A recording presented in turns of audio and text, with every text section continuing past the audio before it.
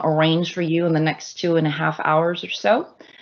We've broken the meeting down into 2 sessions, with basically session 1 focusing on the current state of the KINTO business. During this session, you'll get a chance to hear from Kotera-san and our guest speakers about their current initiatives. And then session 2 will focus on the future, specifically the future mobility strategy of Toyota. During this session, Kotera-san and our guest speakers will participate in a panel discussion and have an open dialogue about the future mobility strategy of Toyota and the role of each of our stakeholders. So with that, I would like to let us get started with session 1. So I would like to please welcome Kotera-san, if you can unmute your microphone and join us. Okay. Hello, everyone. Welcome to our first global KINTO meeting of 2021. Hello. It might be a little late, but Happy New Year to all of you. What a year it was, 2020. A year like no other, for sure. It was a year where most of us spent our time online and in video calls instead of in a place to get to our meeting destinations. It was a year where we all learned that when push comes to shove, we can be very resourceful and resilient in finding ways to continue to move forward. I'd like to take this opportunity to say thank you to all of you. Thank you for your efforts, your leadership, and your commitment to push forth our business while you confronted the magnitude of unprecedented challenges. We were able to get quite far thanks to all of you. As you can see, we are making great strides in our efforts to expand KINTO presence worldwide and build the KINTO brand. We are now in over 33 countries. In most of these countries, we are providing at least one or more of our KINTO services. Just 2 years ago, we have launched KINTO Japan in Tokyo, only in Tokyo area. At that time, over a 4-month period, from March to June of 2019, we have received only 47 contracts for KINTO 1 Japan. Just this month, we have grown that number to over 1,000 contracts. Some of our markets, like Asia, are seeing some challenges to increase the numbers of subscribers, similar to KINTO Japan situation 2 years ago. I understand it's not easy and it can seem quite difficult, but believe me when I say you need to keep your focus on the goals and drive with persistence and perseverance. I'm sure you will get there. Here are just a few examples of the website that our KINTO customers were introduced to around the globe. I'd like to spend the next few minutes to share with you some examples of how fast we can move and how quickly we can come up with ideas and make them come to life. It shows that with passion, the energy, and motivation, we can move heaven and earth. These are just a few examples from Japan, but I know there are so many other examples and showcases from your market as well. Just last month, January, we made a PR announcement about the upcoming launch of a mobility market program in Japan. Let me introduce you to the mobility market. Mobility is a natural human instinct, as you know. In 2020, last year, we saw restrictions on the mobility of people all around the world. More than ever, the desire to move has never been greater.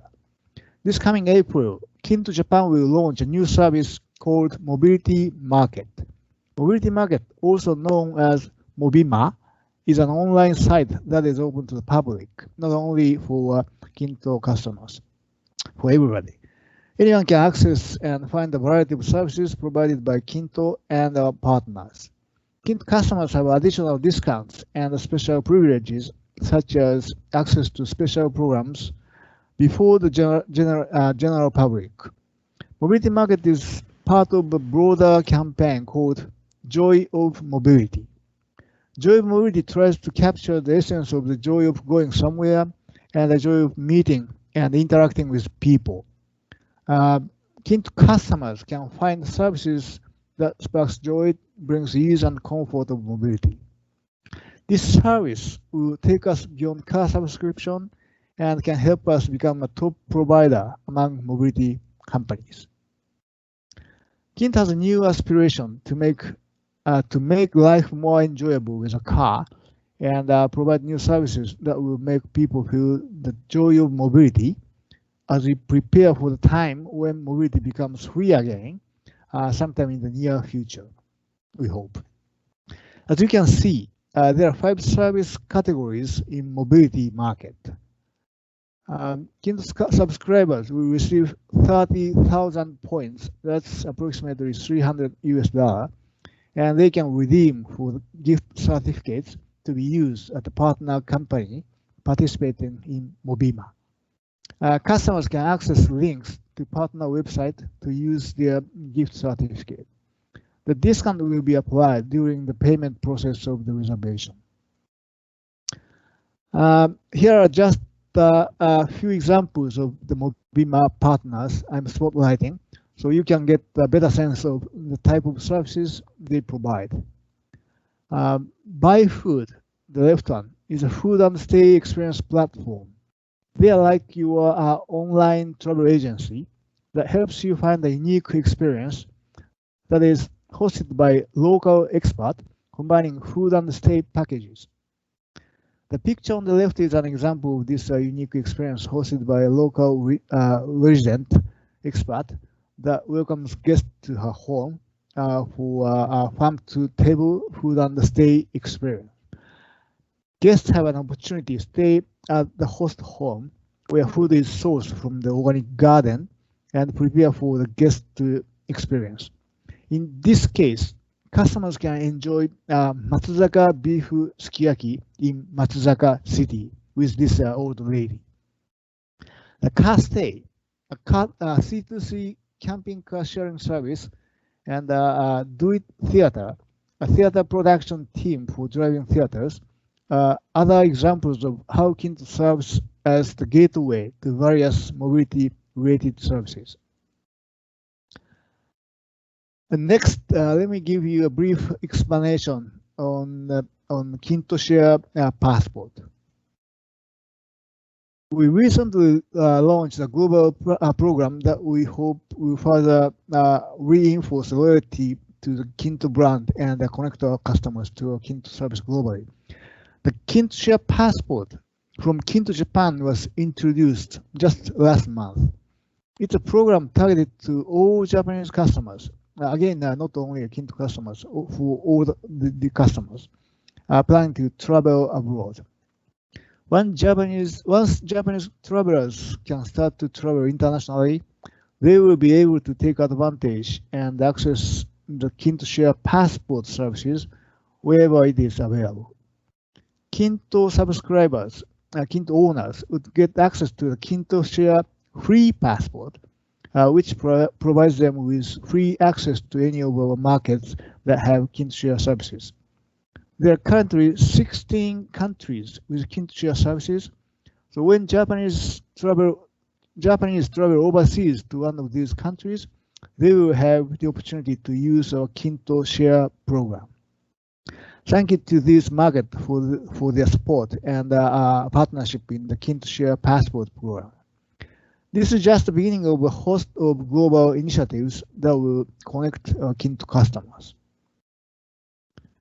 The last three, let me share with you a brief update on a few initiatives from our global KINTO IT team.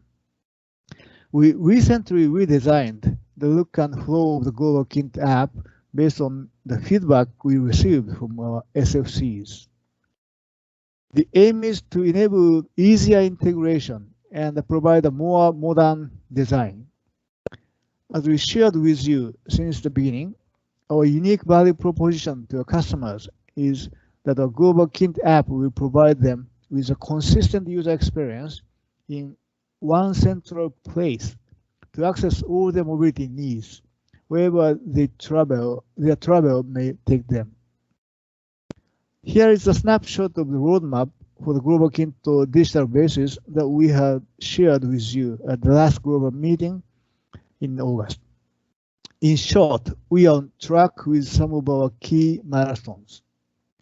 For example, one of our pilot market, TFS Italy, will be launching the KINTO ID program this coming April.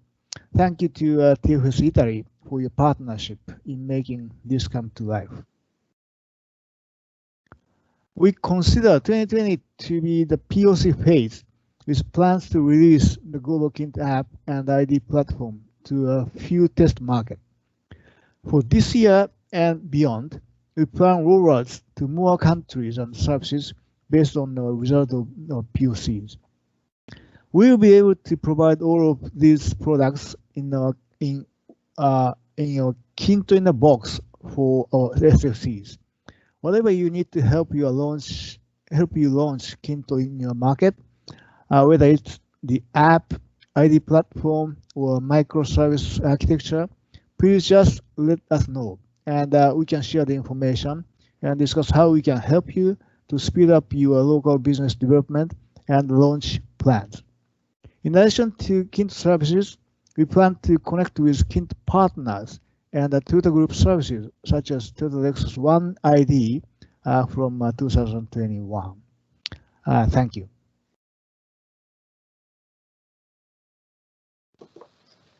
Thank you, Kotera-san, for your brief update over the Global KINTO initiative.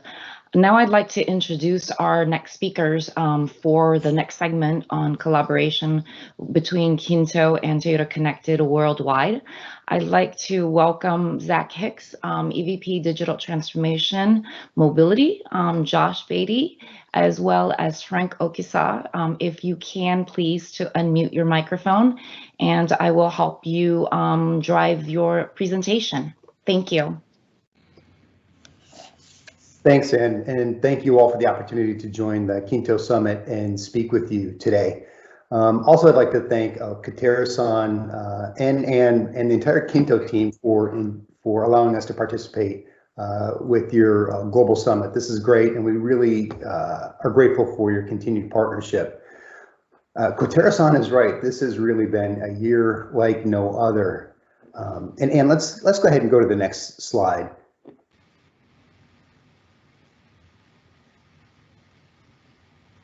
Sorry, Zach, it's just a little bit delayed.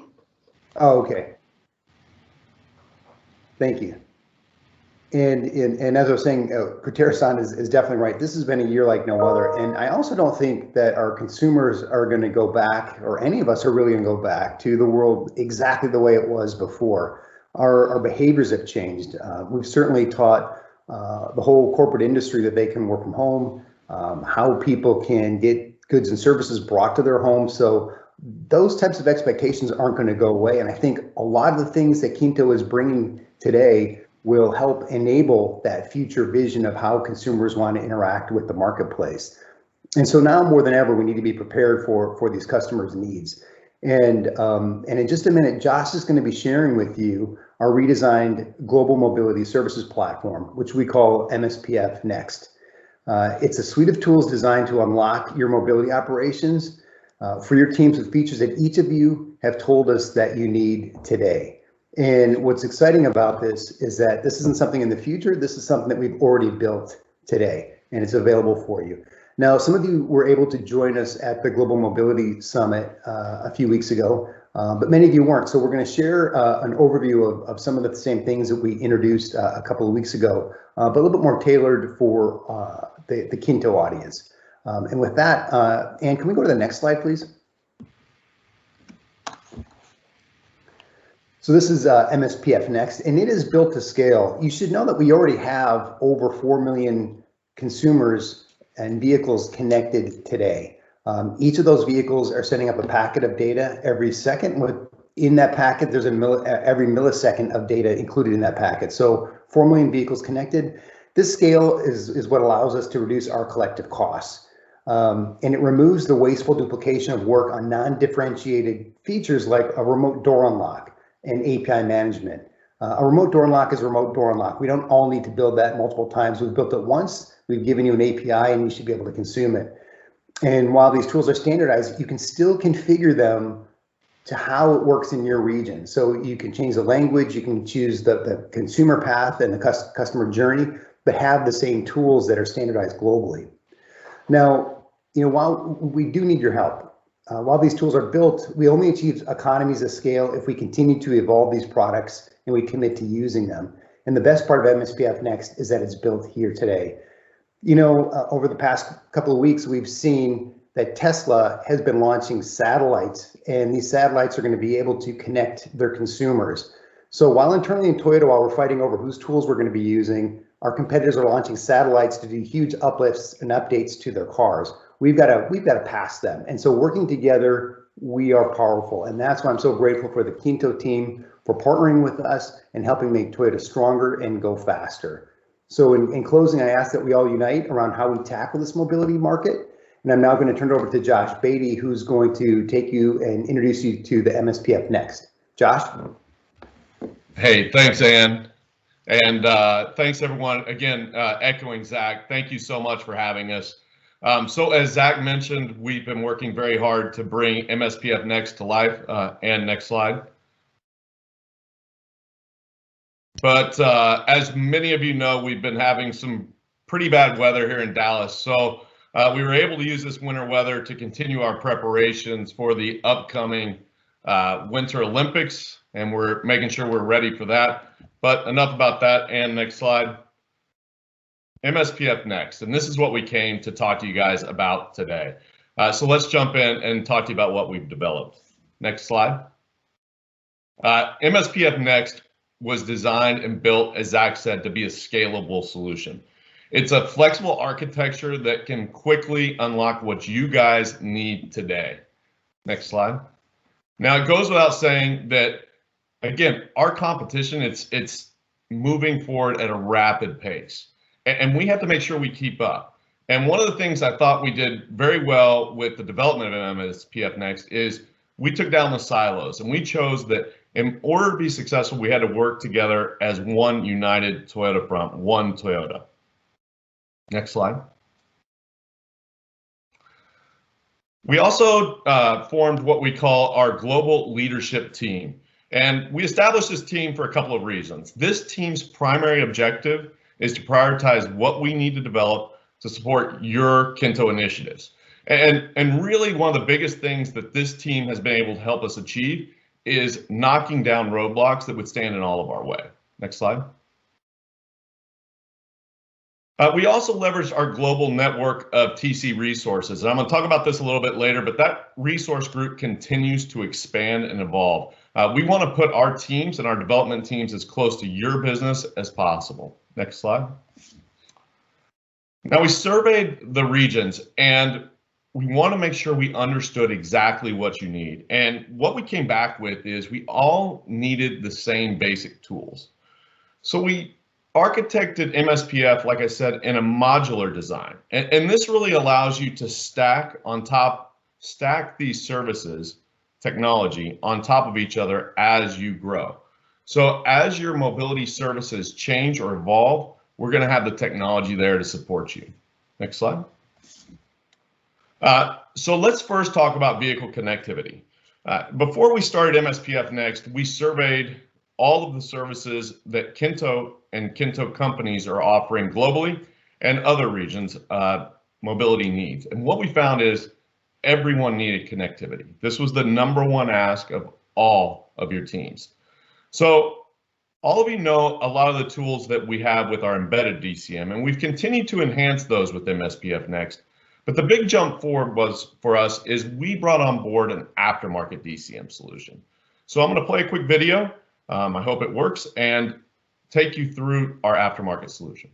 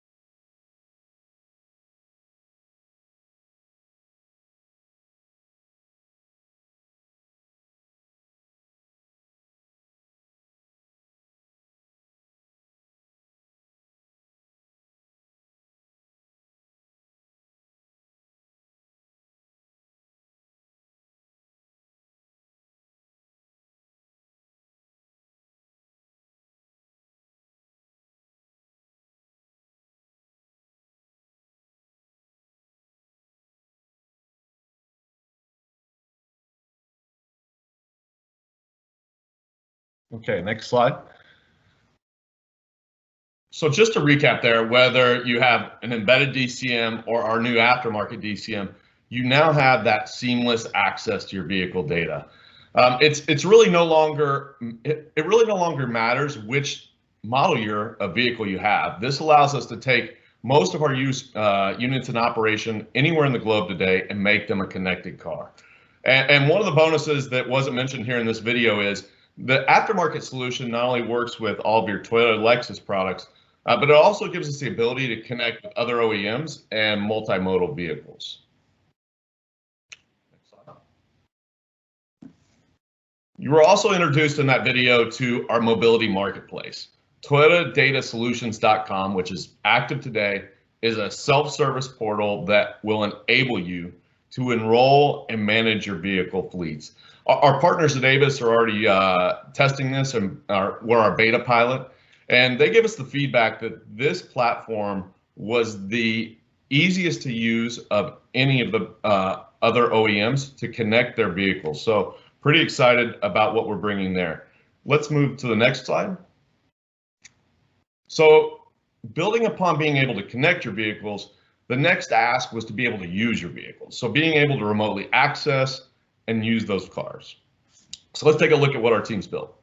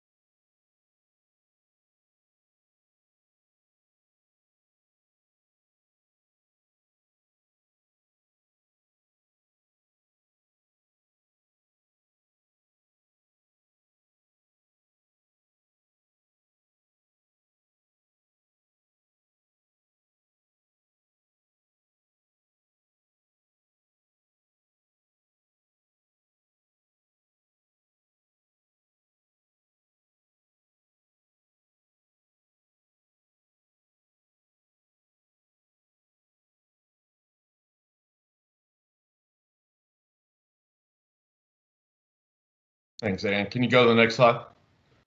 So let's recap there. But before I do, I found Digital Key to be one of those success stories of, I mentioned before, our global network of Toyota Connected offices.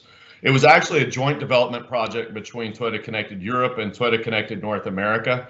But at the same time, looking at both markets as well as globally and making sure we built what you needed, what KINTO services needed. So as you saw from the solution, it gives us the ability to integrate with really any app-based platform. It works with an embedded or an aftermarket DCM. So that gives you the capability to connect to all of your fleets. And think about how this changes the productivity and experience of your customers. So much of what we need to do with our KINTO products is based on that time efficiency, but also the experience we give our customers. And this Digital Key definitely delivers on that. Next slide. So we understood that we needed to give you all the tools on the vehicle, but we also knew that we needed to give you the ability to manage those vehicles. So we developed our fleet management solution, which ties together everything you've seen into a singular command center. We call this solution Connected Fleet AI. Let's take a look.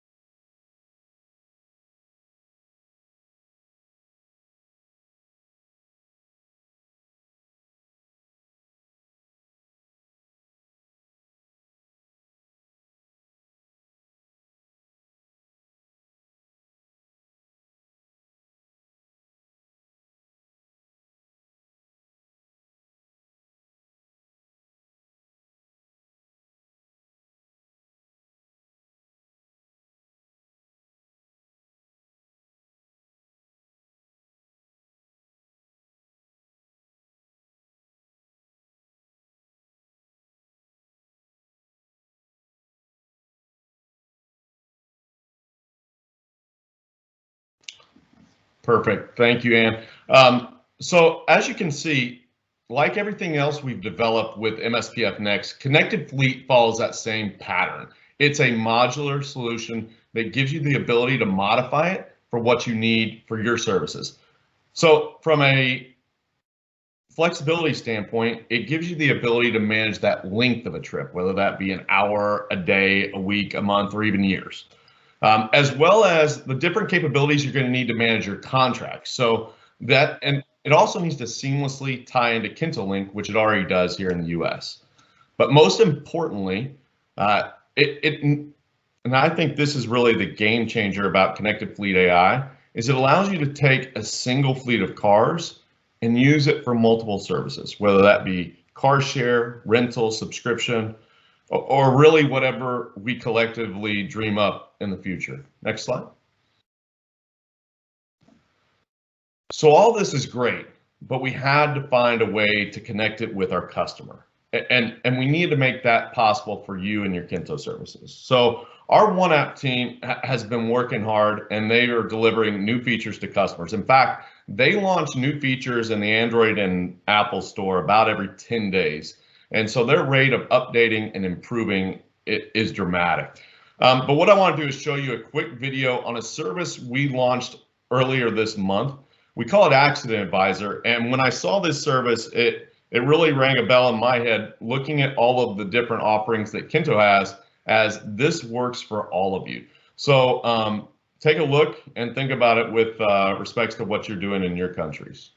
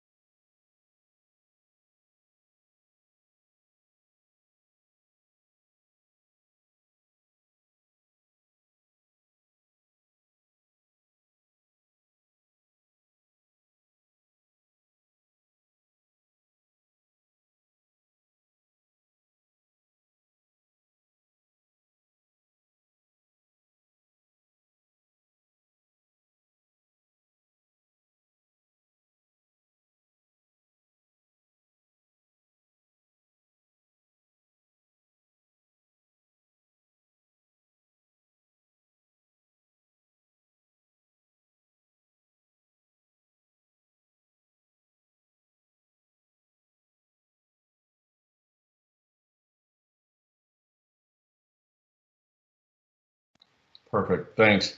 So I hope you're all asking yourself at this point, how do I get started? How do I get access to these new tools?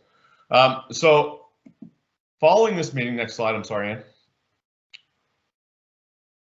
So following this meeting, we're going to distribute our digital brochure, and it's available today on the Best in Town website. So if you have access to that, you have access to everything you've seen here today and much more. But we also want to get the conversation started. Next slide. So please email us at mobilitysolutions@toyotaconnected.com.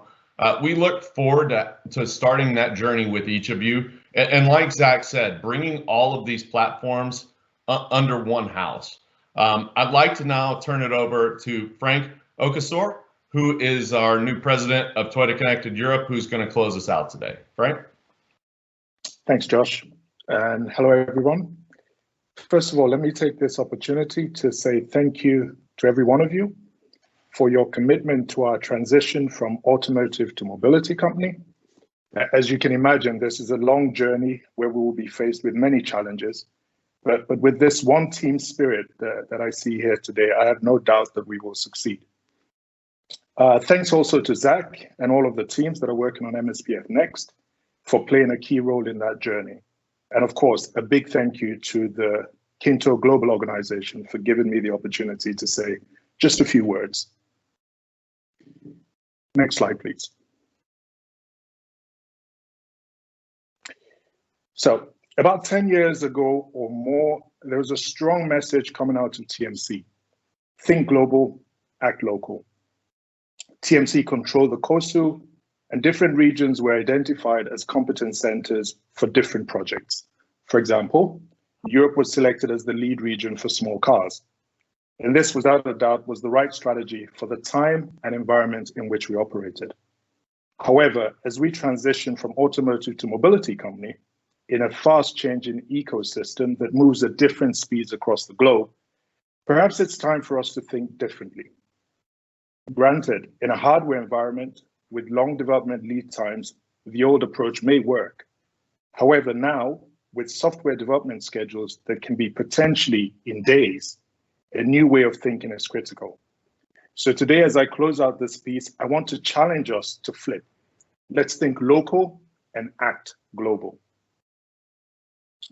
So let me try and put into a few words what that means exactly for us. Well, first of all, it's about the proximity to customer. The local operation is on ground.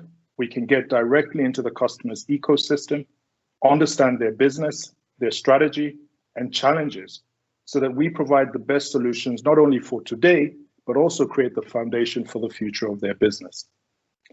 Take to market at speed. I probably don't need to go into too much detail on this one, but those of you who have worked on global projects know how long they can take and how expensive that process can easily become. With this local thinking, that risk is greatly reduced. We can act, pivot if required, and deploy at speed. Engage and iterate. Throughout the process, we are constantly engaging with our customers, and you heard a lot about that from Josh today. Key stakeholders, regions, as we build out our solutions, be that formally or even informally. And this is where it is important that we have the openness and willingness to work closely together across regions and across companies in a true one team, one Toyota spirit. Finally, we scale that local thinking globally.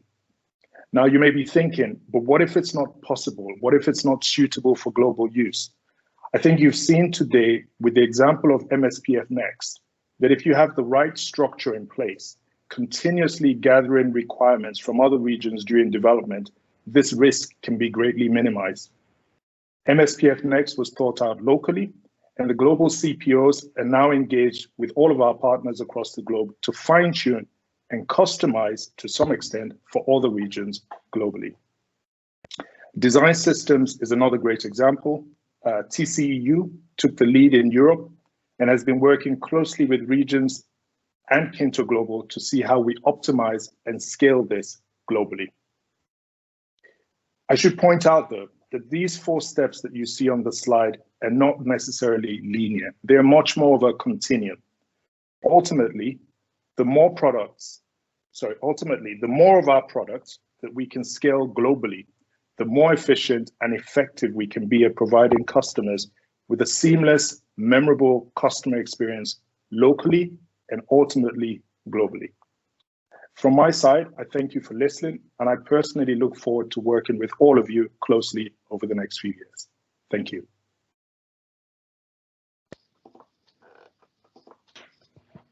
Thank you, Zach. Thank you, Frank and Josh, for sharing with us updates from Toyota Connected, and we look forward to continuing our discussions and working together.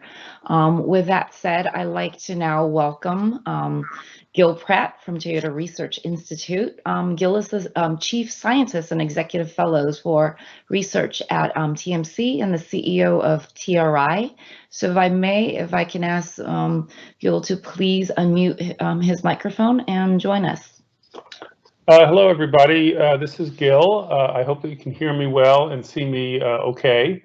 And I want to sort of begin this. I'm going to talk about work that we're doing. Please back up just a sec, and I'll let you know. Thank you.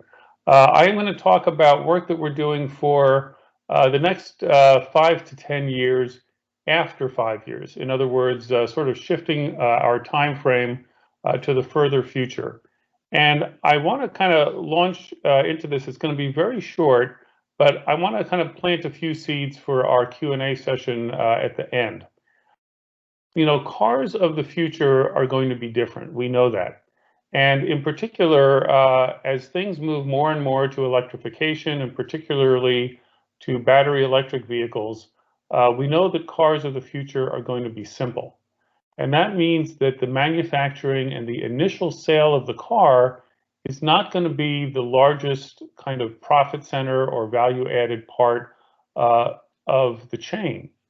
And what that means is that we need to focus more on what happens after the sale and what the whole experience is for the customer in the vehicle as they own it or perhaps lease it or perhaps just use it for many, many years afterwards.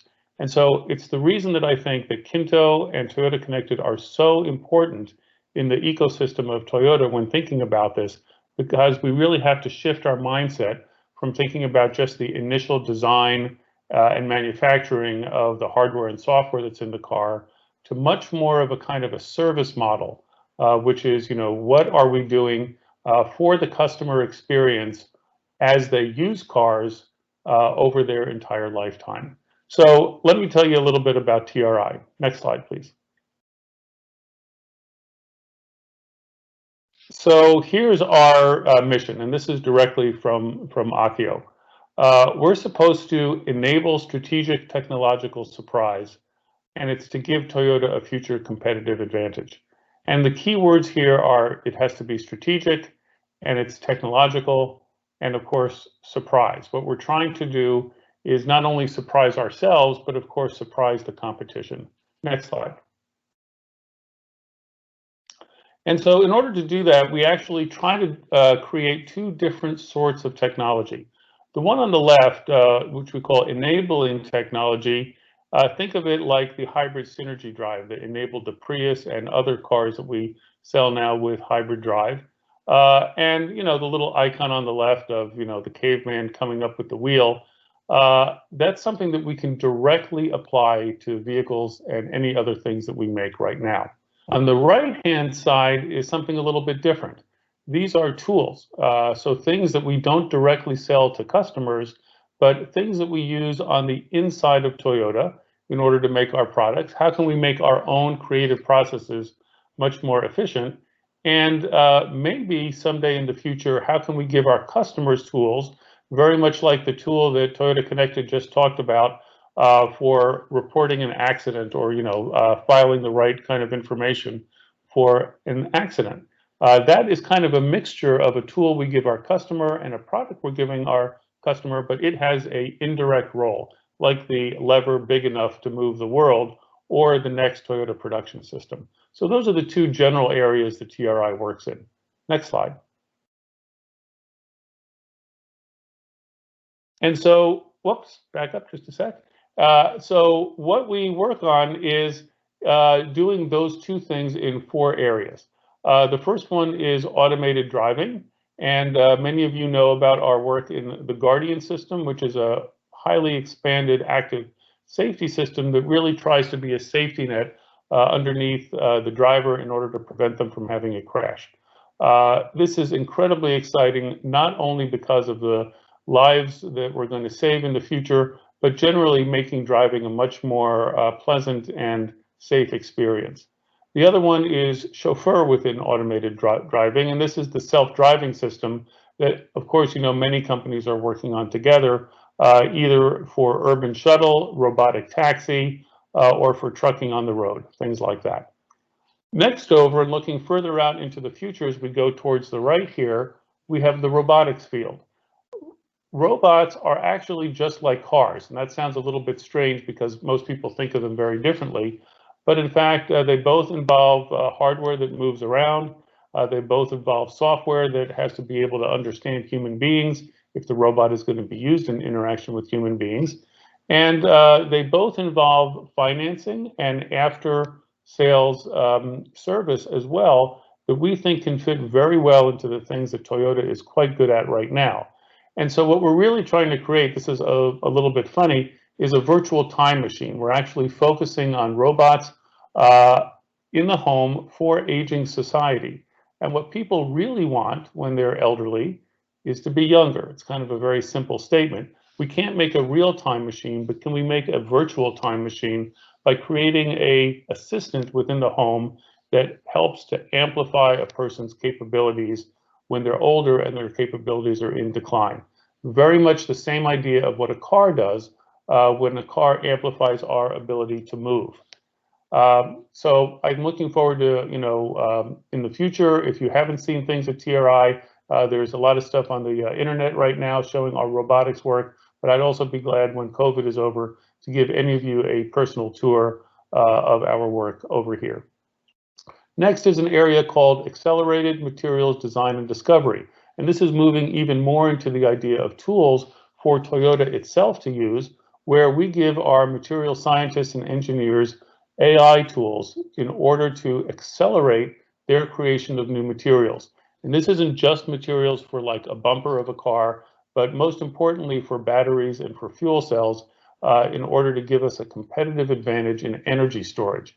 If you think about an electric car in the future, the part of it that corresponds to what engines and transmissions are for an internal combustion engine car is the battery. And getting really good at that and somehow having us be better than our competition is an extremely important thing. The final area I'd like to talk about today is what we call machine-aided cognition. And this is, again, a tool, but it's a set of tools for helping to model and predict human behavior, for understanding people. And what could you use that kind of tool for? Well, it's for better decision making. And one example of that decision making is even something as basic as how do we price our products and services? Well, we have to figure out what would be a reasonable price for the customer, what the demographics are of our customers themselves. There are many traditional economic tools and financial tools that people use that kind of are based on statistics and averages. The thing that we want to do for the future is what a lot of internet companies are doing now, is make this individual. How can we truly understand each one of our millions of customers and actually figure out what would be best for them? How could we best provide the products and services that they want at a price that they can afford, and essentially be a really good trusted partner for them? So that's just one of many examples where we think that AI can help us to truly understand people better and become a much stronger company as a result. So I'm going to stop there. This is just a little bit of a taste. I look forward to the Q&A at the end of the session here. And with that, let me pass it over. Thank you very much. Thank you, Gil, for sharing with us the TRI's mission and enabling strategic technological surprise. With that, I'd like to now welcome actually Jim Adler, founding managing director of Toyota AI Ventures.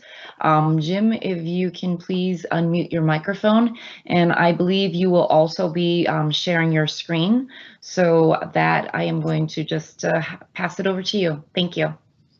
Great, thanks, Ann. Can you hear me okay? And my screen yes, should be perfect. loading. Thank you. You could see it? Yes, Great. we can. Great. Well, thanks, Ann. Thanks, Katera-san. Thanks to the KINTO team for inviting us here today. I think this has been so interesting and insightful so far.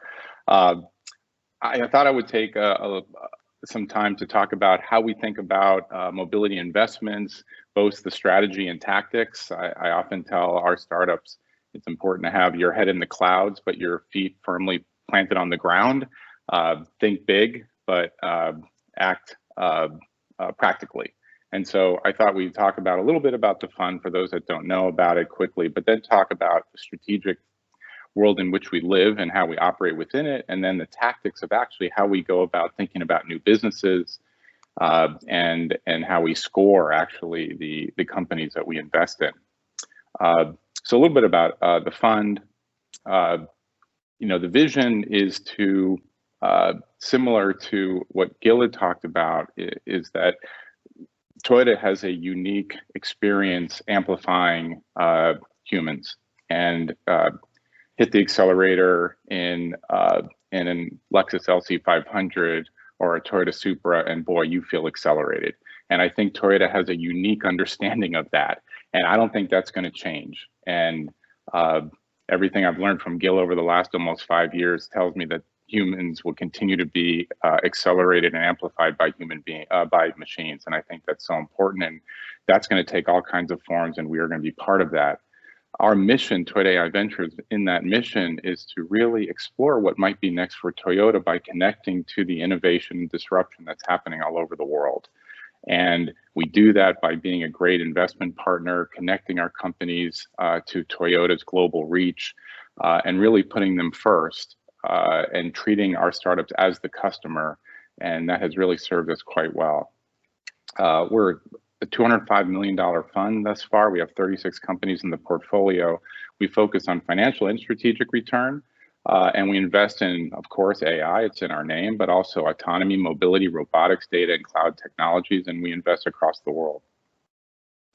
This is just a snapshot of sort of the very high-level view. We've seen about almost 3,100 companies since we were founded in July 2017. We've invested in 36 of them, so we say no a lot to a lot of companies.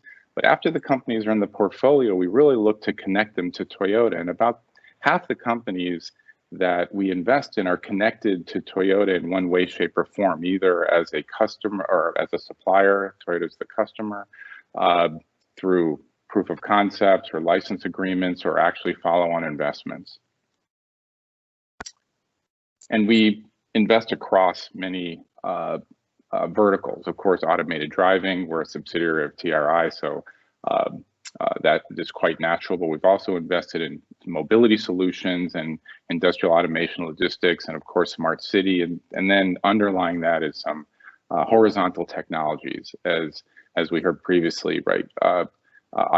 Automated cars are just really, really big wheeled robots. And so we see that autonomy stack project onto many verticals, and we've been investing in that, in those verticals quite aggressively.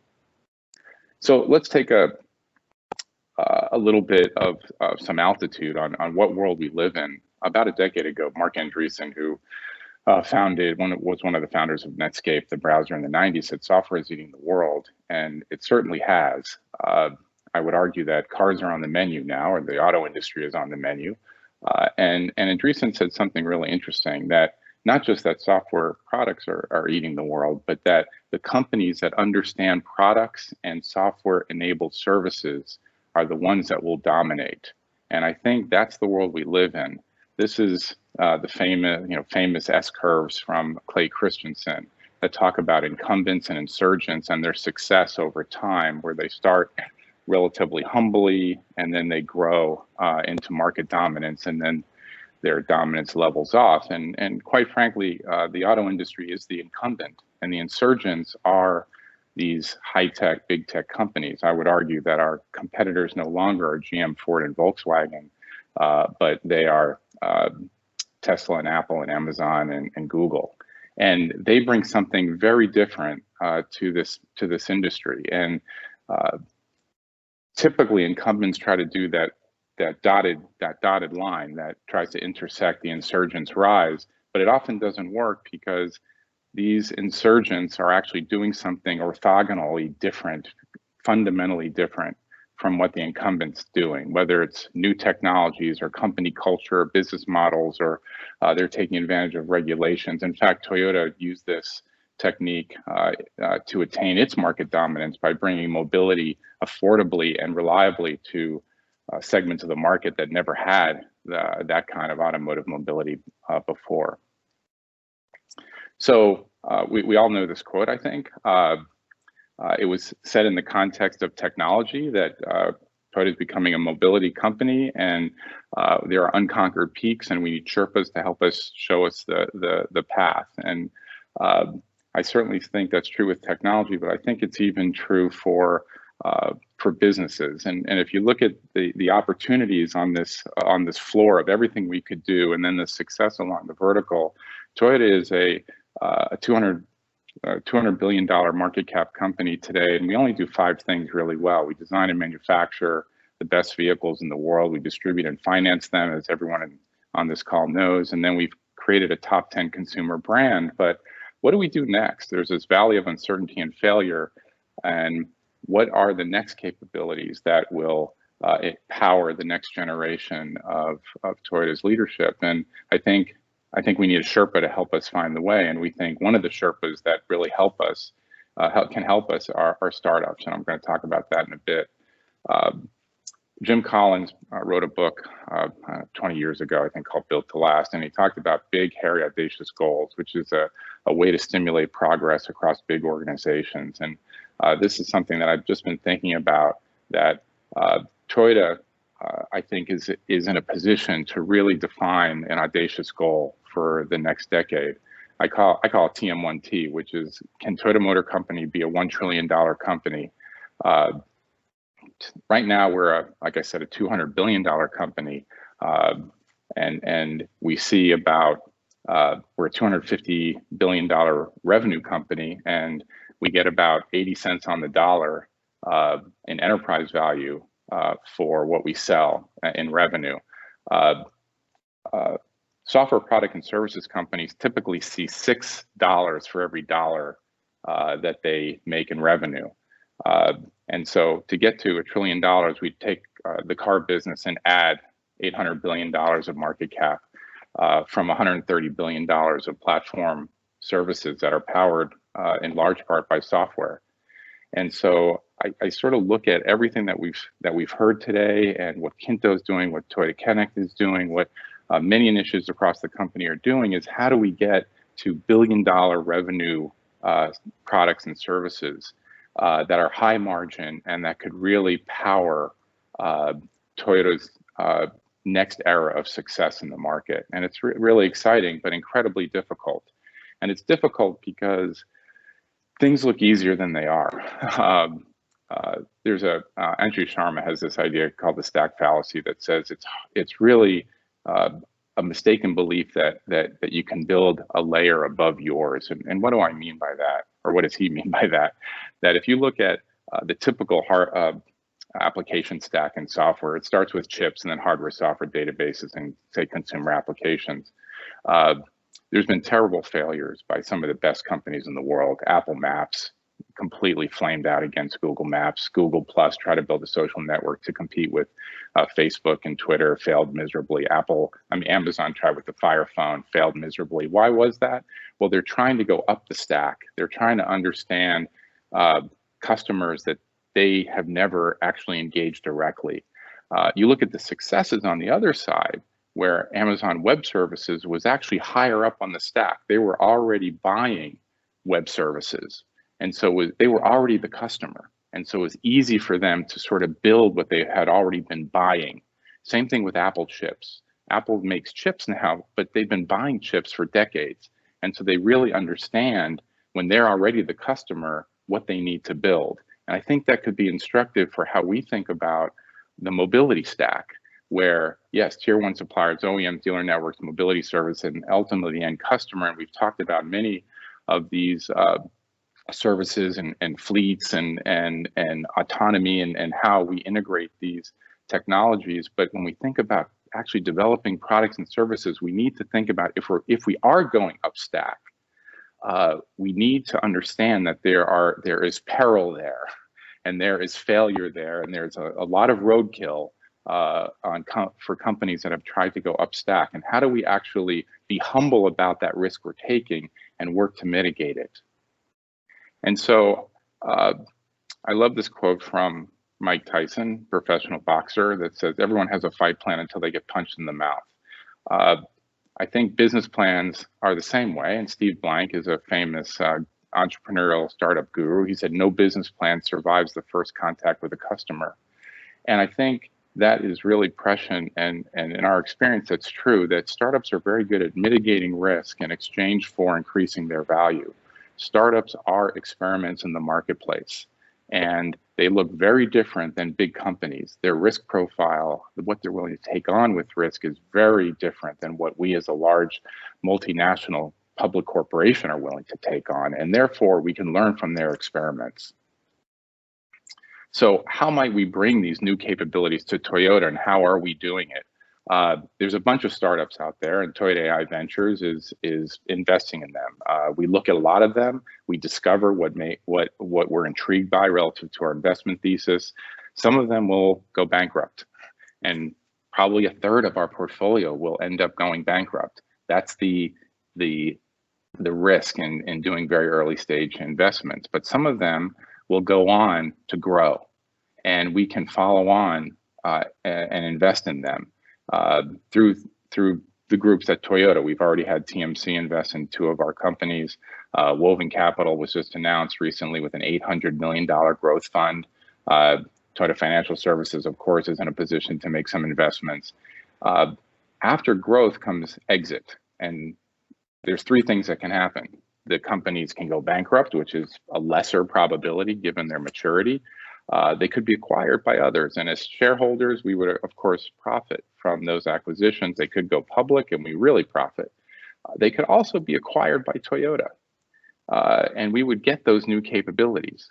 And after they've been de-risked. So you let the startup take the risk of the initial market entry and see actually if that market, those customers will find value in that innovation. And then once that risk is mitigated, then we can take advantage of that lower risk and higher value. So let me then, now we've talked about head in the clouds part, let's talk about the feet on the ground part.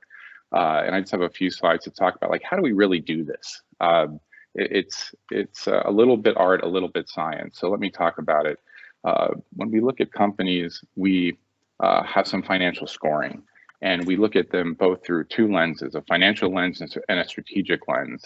And we always look at financial return before strategic return, which is opposite from many corporate venture capital funds. And I think most corporations, VCs, make the wrong decision on this, because if you look at strategic value first, you end up with potentially strategically aligned startups that are financially weak and ultimately go out of business. And so they don't make good partners. So we look at financial criteria first. And this is sort of to scale these bubbles I'll throw up here. And one is on company. What is the team? What is the product and technology? And what is the business model that they're bringing to market? And we give that about 50-55% weight in our decision. Then the next one is the market. Is it a big market? Is the market broken? Is it ready for disruption that the startup is bringing? And is it accessible? Some big broken markets are not ready nor accessible. Government markets, for example, are huge, but relatively inaccessible. Actually, until a decade ago, automotive market was relatively inaccessible to startups. So we give that about 40% weight in our thinking. And then finally, we look at the deal itself. How is it priced? Is there financing risk? In other words, can the startup raise the capital it needs to succeed? And then on the strategic side, we also have 4 different criteria. One is it a new business for Toyota? Again, our mission is to explore what might be next for Toyota. So is this really new? The second is it disruptive, and can it help other businesses around Toyota?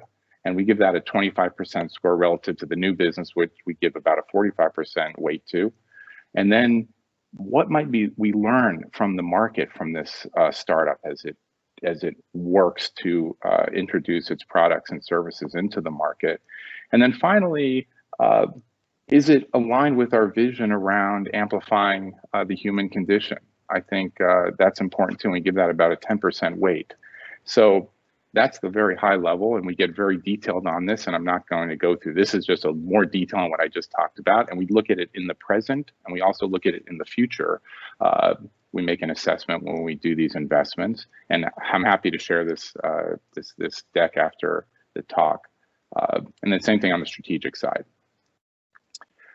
The other thing that's important to understand is we are structured to do investments from a huge group of startups that are out in the market, and we're structured like an enterprise sales process. And so we have a marketing team that we attract startups that we brand ourselves, and of course, leveraging the Toyota brand is huge. We had a huge head start, but there is some skepticism whether Toyota would be a good investor. Many corporations are not good investors. They move too slow. They're too difficult to work with. They encumber the deal with many encumbering terms.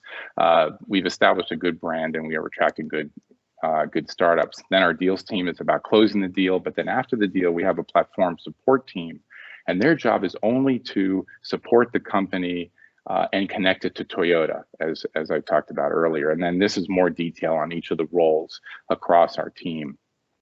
So finally, there's sort of 3 pieces to this. One is, hey, you got to evaluate the startups that are out there. All the innovation isn't going to happen within the walls of Toyota. There's a big world out there, And there's tremendous startups that are innovating with disruptive technologies. It's $1 trillion market. It's a huge market, and there's incredible activity going on out there. The second point is we want to learn from these startups as they go to market, and we want to learn about them. Could they be a good acquisition target for Toyota in the future? What might we learn from them as we're supporting them? I think they struggle, they stumble, they fail, and we will learn negative examples of what not to do, as well as from the positive examples of what to do.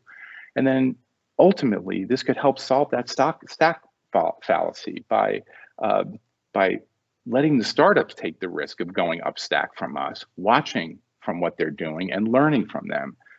So I think that's why and how we are actually connecting to the world of innovation that's happening within the startup community across the globe. I think the call to action for the folks on this call is to, think about how to onboard some of this innovation into your shop, into your activities. The manufacturing group at TMNA have a Tilt Lab, and they've just been bringing in all kinds of startups from our portfolio, from other venture capital portfolios, and they've really been testing them and putting them through the paces and learning about their technologies. Of course, you're happy to connect with any of our TIV portfolio. You, of course, make your own investments, and we are happy to share the lessons we've learned and our process and our investment machine that we've built. And of course, feel free to contact me or Natalie, who is our operating partner and runs the portfolio support team. So thank you very much, and I look forward to the Q&A.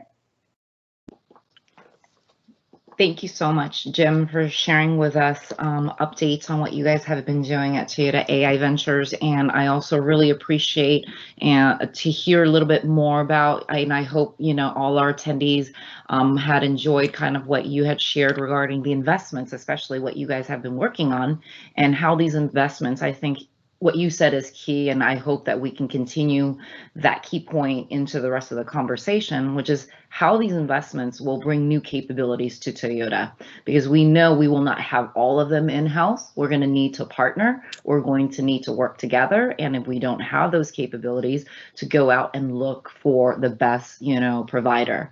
So I think, this is a great opportunity and segue. So I also wanted to thank the rest of our speakers and actually welcome them back if they can unmute their microphone. So Kotera-san, Zach, Josh, Gil, if you can, please to unmute your microphone. And if we can get started with our Q&A session for the next 10-15 minutes, that would be great. And I'd like to kind of open it up. And as I mentioned at the beginning, if you have some questions, please open your chat function at the top of your Teams meeting icon, and we will be ready to kind of look at some of the questions that you have for our speakers. Thank you.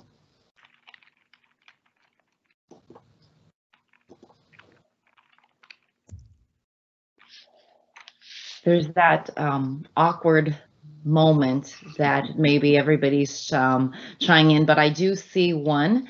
I'm going to read it directly. So this is asking and whether or not if you can advise how for us to obtain information on the availability and pricing on the Latin America region. I think this one is going to Toyota Connected on the aftermarket DCM integrated with Toyota Data Solutions platform. So maybe Josh, I will pass that over to you, and if you can kind of take a lead on that question, please.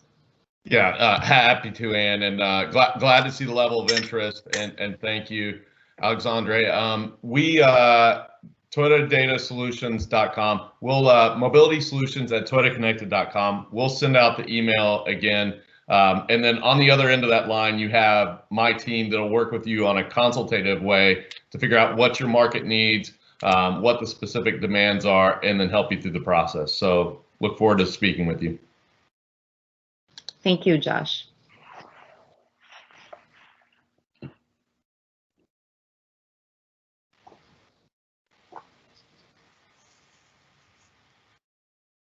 I believe we have a bunch of shy people, or it might be just really early or late in the evening. And this is Mark Templin. Do you mind if I ask a question live? Please. Okay. Well, first, I just wanted to thank all the presenters. Everybody did a great job. And even though I've heard many of those presentations several times before, I still get excited every time we go through it. And I want to congratulate everybody on the call around the world who's making progress, launching their KINTO businesses. We have a long ways to go, but we've laid the foundation for a good future. I have a question for Kotera-san. I'll set it up by saying, now that we've launched this suite of services in markets around the world for KINTO, and over time those services will scale, and that's a good thing. What do you envision next for KINTO, or what's the next big thing you're going to do with KINTO in Japan? Or what are the big ideas that are on that whiteboard in the wall in the secret Obeya KINTO headquarters in Tokyo? At this moment, my great interest is around the mobility market. That's first trial we have. And other OEMs are doing the similar type of services. So we are kind of the pioneers. So I'm looking forward to what's going on around this service. And after that, I will have a special project I will share with you in a couple of minutes.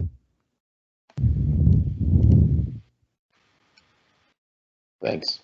Thank you, Mark and Kotera-san. I'm going to ask the next question. Actually, this one's going to be for Jim. The question is actually asking if we're looking at Tesla and Amazon that you mentioned as our competitor, how challenging do you feel for us to be competing with, will be with them?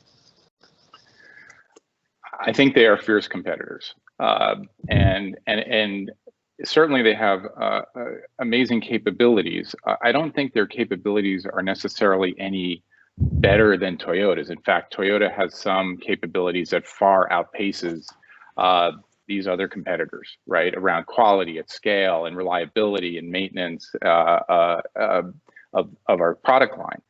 Where I think they really, what they really understand is risk and taking on risk and taking on new initiatives and being willing to fail. And I think that projects onto the projects they're willing to take on, the way they approach corporate development. And we are learning how to bring new capabilities into Toyota. But Toyota is a relatively risk-averse company.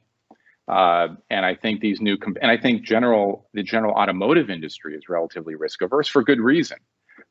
In many cases, lives are at risk, you know, in our business. And when lives are at risk, you need to be risk-averse. You need to be careful.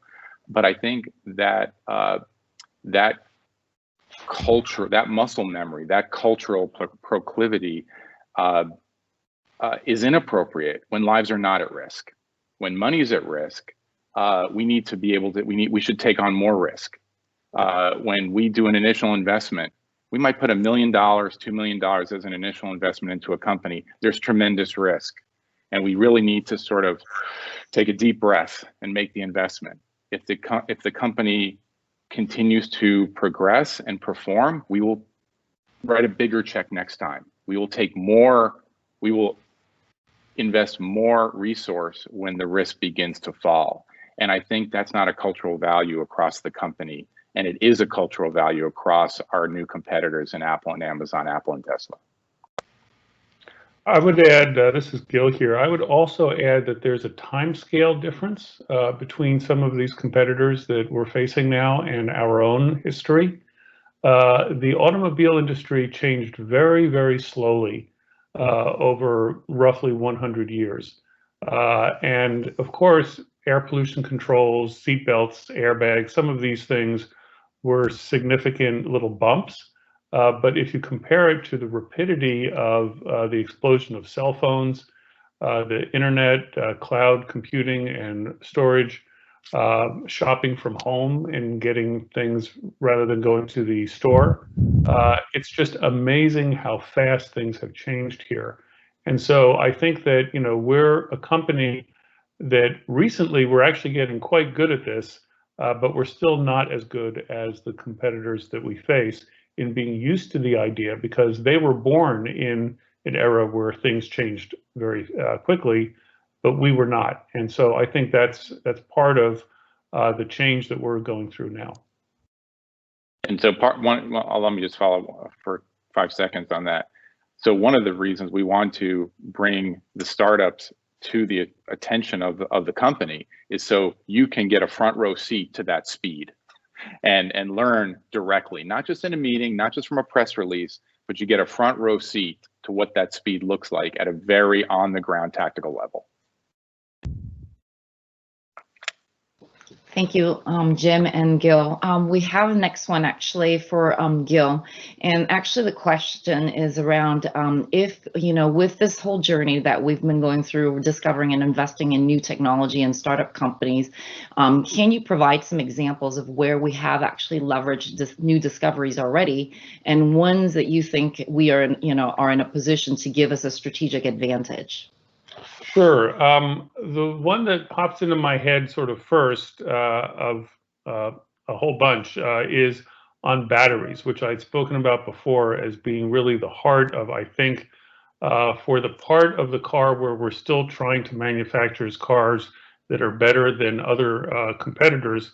TRI has developed a system, it's actually called BEEP, which is a system to predict the lifetime of a battery based on a very, very simple test that's given to the battery right after manufacturing. And it uses machine learning and AI to do it. It uses big data that's gathered over lots and lots of tests. But what's remarkable about it is that it's helping us to discover aspects of what goes wrong during battery manufacture that previously were sort of invisible to us, that we would only find out after a battery has been in use for years and years. And because we can, almost immediately and with very low overhead, say, oh, it looks like this one isn't going to last very long, we can then take it apart and say what went wrong when we built it, and then have this immediate kind of Kaizen to improve the manufacturing line immediately to make sure that that doesn't happen again. And then what's really neat is yet another innovation that rides on top of that one has been a method to ask the question, what's the best profile to charge a battery to get it to last the longest? And previously there had been a lot of theory of people making assumptions and saying, well, we think you should start out fast and end up slow because these things called dendrites will form the least in the battery as a result of that. Well, it turns out that that's wrong, and that actually it's sort of a U-shaped charging profile is actually better and will make the battery last longer, where you start out fast, you're slow in the middle, and then you're fast at the end also. And we discovered that by using that first tool to predict how long the battery would last itself, and then using another layer of AI on top of that. So it's just amazing once you open yourself up to this thing that Jim talked about, where software eats hardware, but data eats software, and AI can be used to really turn that data into an advantage. I think the real nugget here is that Toyota has a tremendous advantage of scale. We make a lot of cars. Can we use what Toyota Connected is doing as an example to turn that into a competitive advantage to make our cars and the services that we provide better than anybody else? And I think the answer is yes.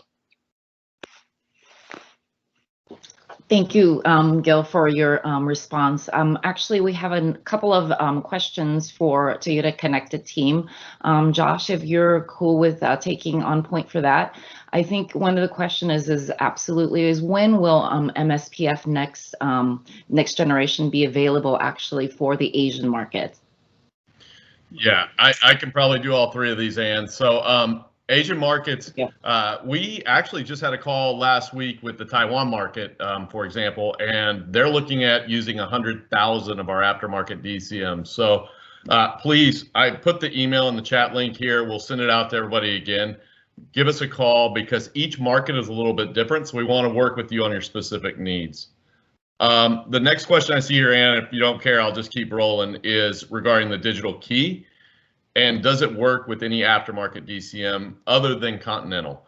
At this point, we're building it around the Continental DCM and our embedded DCM. And let me explain to you why. Zach talked a lot about scale in the beginning. And in order for us to hit scale, we had to simplify. And really by going out and working with one provider, Continental right now, we wanted to simplify that and be able to bring you a cost-efficient solution. And so keep in mind, this is a bridge solution till you have embedded DCMs.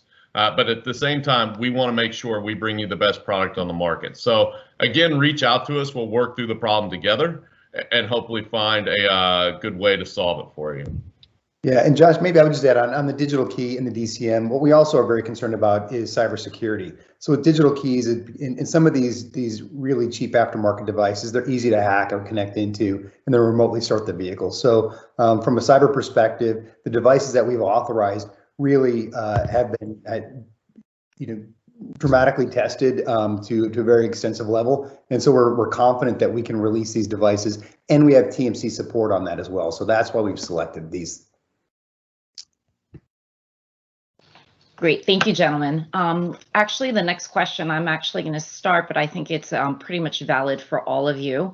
But I'd like to maybe address this one first to Kotera-san to take the first out of the gate. Is that the question is asking if there is what is the one item or issue that is holding Toyota up from moving faster in your area of passion and expertise? So Kotera-san, if you may.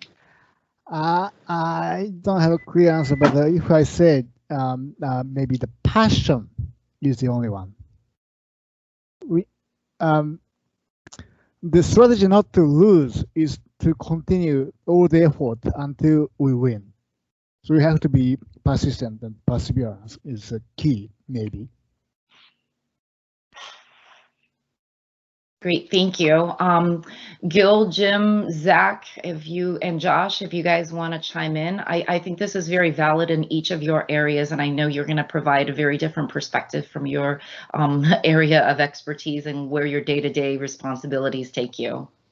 Yeah, I think this is Zach. I think from my perspective, when we first started at Toyota Connected, there's already a lot of mobility efforts, but lots of small mobility efforts, and so. In some countries, maybe 10 or 20 cars on a unique platform. And then there was lots of debate around whose platform should win or how we should do this. And those really weren't the differentiators. And I think that we spent a lot of time learning. And now that we've learned, we can align. And it's that alignment and putting the power of Global Toyota behind us. I think that was Gil was talking about to really move us forward. The competition is out there. Having a unique user ID for a customer in every region and handling that differently. But then when that customer travels from one country to another and doesn't have the same ubiquitous experience that maybe an Uber does, when you use Uber in the US, it's black car or other services behind it. When you land in Japan, as you know, it's really Japan Taxi, but still the same user ID. I can still use my same credit card number. It seems like a seamless experience. We as Global Toyota need to provide that. And that's really been my hope with Global Toyota, is that we can align behind the common enablers that allow for mobility and allow for that assembly or the configuration of it to be regionalized so that it feels different. But behind the scenes, we have those economies of scale. This is Gil here. Let me sort of add on to that. When I think about it, I think a lot about efficiency. We are a company that is ruthlessly efficient. We do cost reduction every single day and every single year. And it doesn't matter how good your cost reduction was last year. It's as if it never happened. You got to do it again the following year, right? Et cetera, et cetera. And that's fantastic. And it makes our cars the best in the world and the least expensive in the world. And that's fantastic. But for innovation, the truth is that innovation is inefficient. And, Jim had this fantastic chart that he talked about. What being tolerant to risk really means is that, some significant fraction of the time you fail and your money is wasted. And I think that the strength of our company is efficiency. The weakness is applying that efficiency ideal in the wrong places. And to answer Jack's question directly, I think that holds us back more than anything else. And so I feel very lucky, actually, that President Toyota has actually realized that and has given, those of us that are on this call here this gift, which is in your areas, it's okay to take risks, right? Which is awesome. But I think if we think about the company as a whole, to answer the question, what's holding us back from being more competitive, I think that's basically it. So let me tell a story that kind of crystallizes what Gil talked about. There is a speed quality trade-off, right? You cannot have fast growth and perfection. They just don't go together. We know in machine learning, if you want perfection, you're going to miss stuff. If you want to make sure you catch everything, you're going to make some mistakes, and we deal with that every day with investments. If we want to move fast and invest in a deal, sometimes we're going to move too fast and we're going to move into a bad deal. That's just because if we study it forever, we'll miss all the deals. And so there is a speed quality trade-off. I remember when I was first pitching the fund to a long previously a retired CFO, and I said, look, a third of our deals will fail. A third of the companies will go out of business. And he said to me, every deal at Toyota must be profitable in 3 years. And I said, well, not this project. This project, you're going to have a third just completely be a failure. A third of the investments will be a failure. The idea is that a third will be a huge success and will make up for the failures. And so on balance, and our fund is up nearly 40% these days, we're doing okay. But we've had some failures, small ones. But I think we're able to set the expectation that we will have some failures, and that enables us to go fast. And I think we have to understand that trade-off. If you're going to go faster, you're going to make mistakes. And that is, I think, a little bit in conflict with our relentless Kaizen incremental improvement. It's not like either one is wrong. It's not a switch, it's a dial. And it depends on the situation and the project. Thank you, Jim. Thank you, gentlemen, for your response and your comments. I think what we're going to do is I want to be true to time as well. Maybe I'd like to grab one more question if possible, and then we'll move on from the Q&A. I'd like to kind of put out there, let me kind of see. These are some of the, I think this one maybe to Gil. We are all well educated and trained in efficiency, but as you said, innovation is inefficient. So I thought I wanted to make sure I shout out. That was a very nice thank you to you. I wanted to also maybe check and see if there are actually, I didn't miss any last questions. I don't see, just make sure. Actually, here we go. Maybe this one is on the overall, let me see, I wanted to just cover it.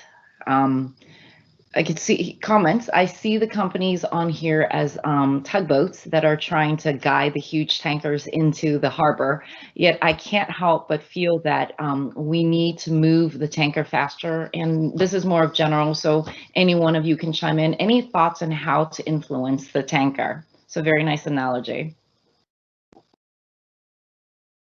I think that's what we're doing. You know, I think most of the folks on the call today are operationally focused because we are now trying to deploy mobility, particularly for KINTO. And we've had lots of fits and starts and going in different directions, but I think now we're aligning and we're beginning to pull the giant tug, the giant ship behind us and heading in the right direction. I did want to mention, we've got Peter Dames on the line, and I see that he was involved in the call, but it's important to mention that Hui, we just started that not that long ago. They've got over 100 cars on the platform today. In January alone, they had 3,500 reservations.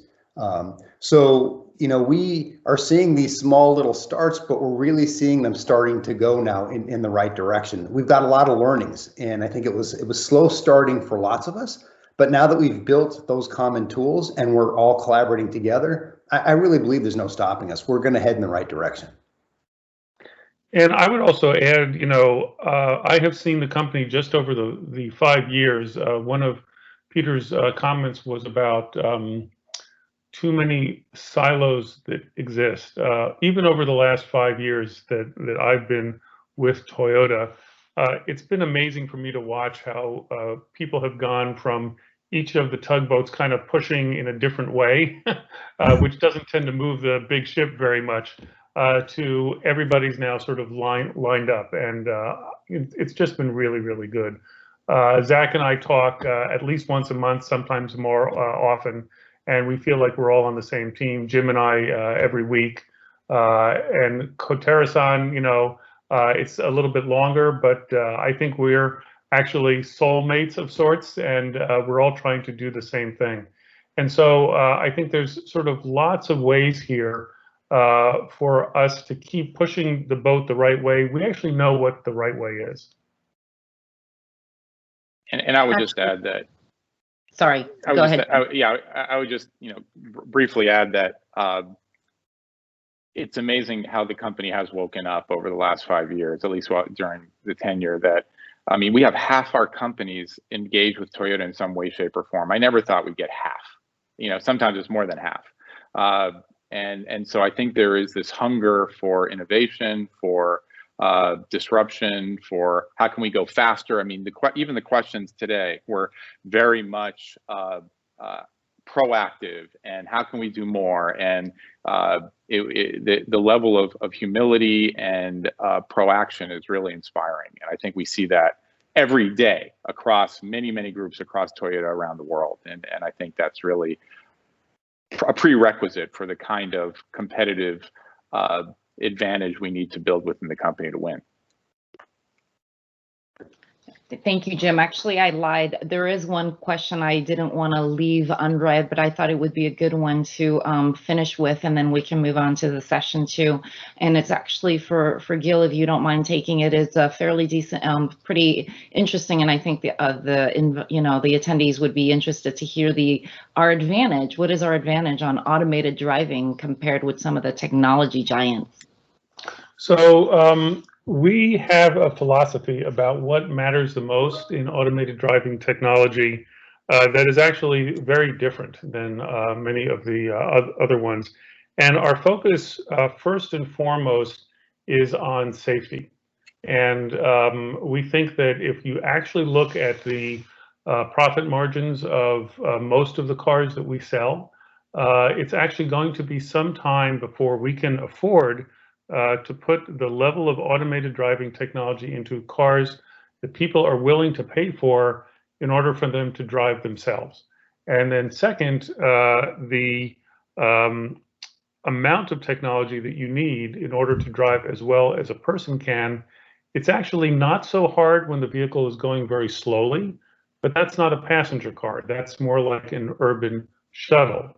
It's actually not so hard when the vehicle is going fast on the highway because of limited access, and that's things like the 20 teammate system that's just about to launch.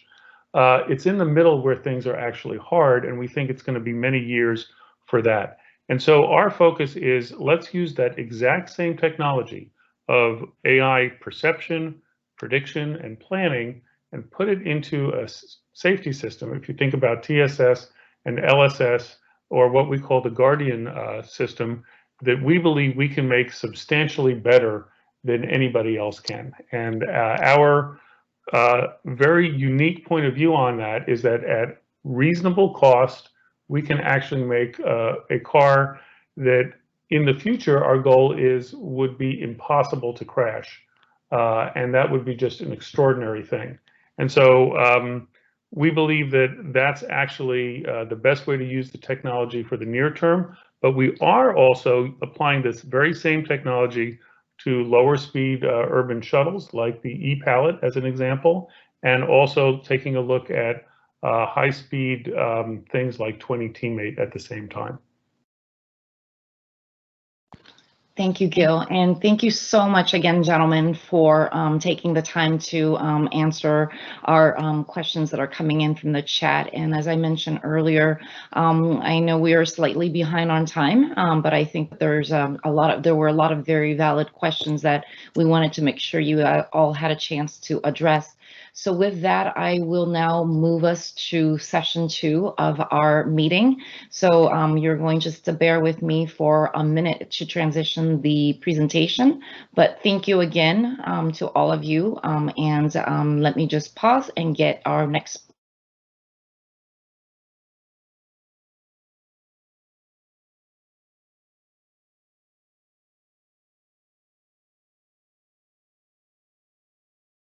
In the next session, as well as this is loading, I wanted to kind of share with you a little bit more. So session 2, as I mentioned at the beginning, we will now be shifting gears towards the future and actually getting a chance. You've heard about the current state and what are some of our affiliates have been working on. And I think this is a great opportunity for us now to shift that gear and actually bring the future to the present and have an opportunity to hear about, what are some of the exciting next steps. So with that, I'd like to welcome back Kotera-san. So I think you already have unmuted your microphone, but if you will, I'm going to pass the mic over to you. Thank you.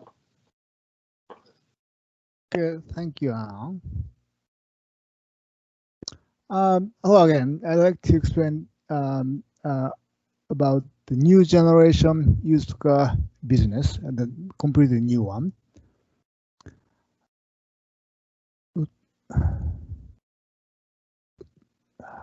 It is estimated that there are roughly 150 million total units in operation, UIOs, in the world. What we know is that it doesn't have any direct business with these vehicles and their owners. Although some of our Toyota affiliates have the opportunities either through the vehicle loans from to the finance or to the spare parts through the dealers. It is still a huge missed opportunity for Toyota. Much of the business opportunities go to third parties, such as used car dealers, repair shops, etc. As a result, the third parties are the ones enjoying the business opportunities instead of Toyota. Even our dealers have a limited share in these opportunities. 150 million customers is an astronomical number. Let's just say if we were to sell something as small as $10 to each of these customers, that would equate to 1.5 billion US. As big as this potential can be, we haven't done much to seize these opportunities. This is the biggest opportunity area to strike and bring back revenue to help maximize value chain profit. The opportunities I just shared with you come with some challenges for us to overcome. The first, we lack the customer data, which helps us know who owns the 150 million vehicles. Aside from information for recall, there's no customer data list at TMC, Toyota, for marketing. TMC doesn't know who our customers are. Those owners of the 150 million vehicles already out on the road. For new vehicle sales, we can ask our dealers, of course, for customer data, but we have no way to reach used vehicles owned by the second, third, fourth generation customers. Hold on a second, Kotera-san. All right.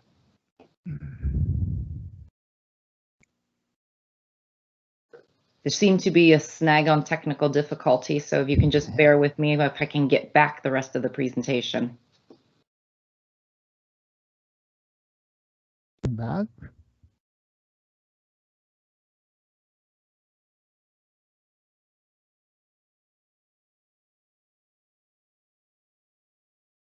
Okay, I will continue.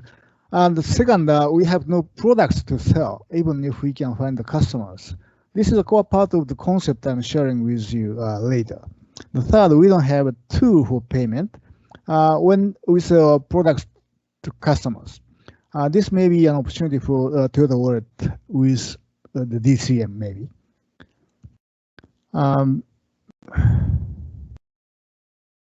It doesn't working well. It's loading right now. Again. Okay. Right.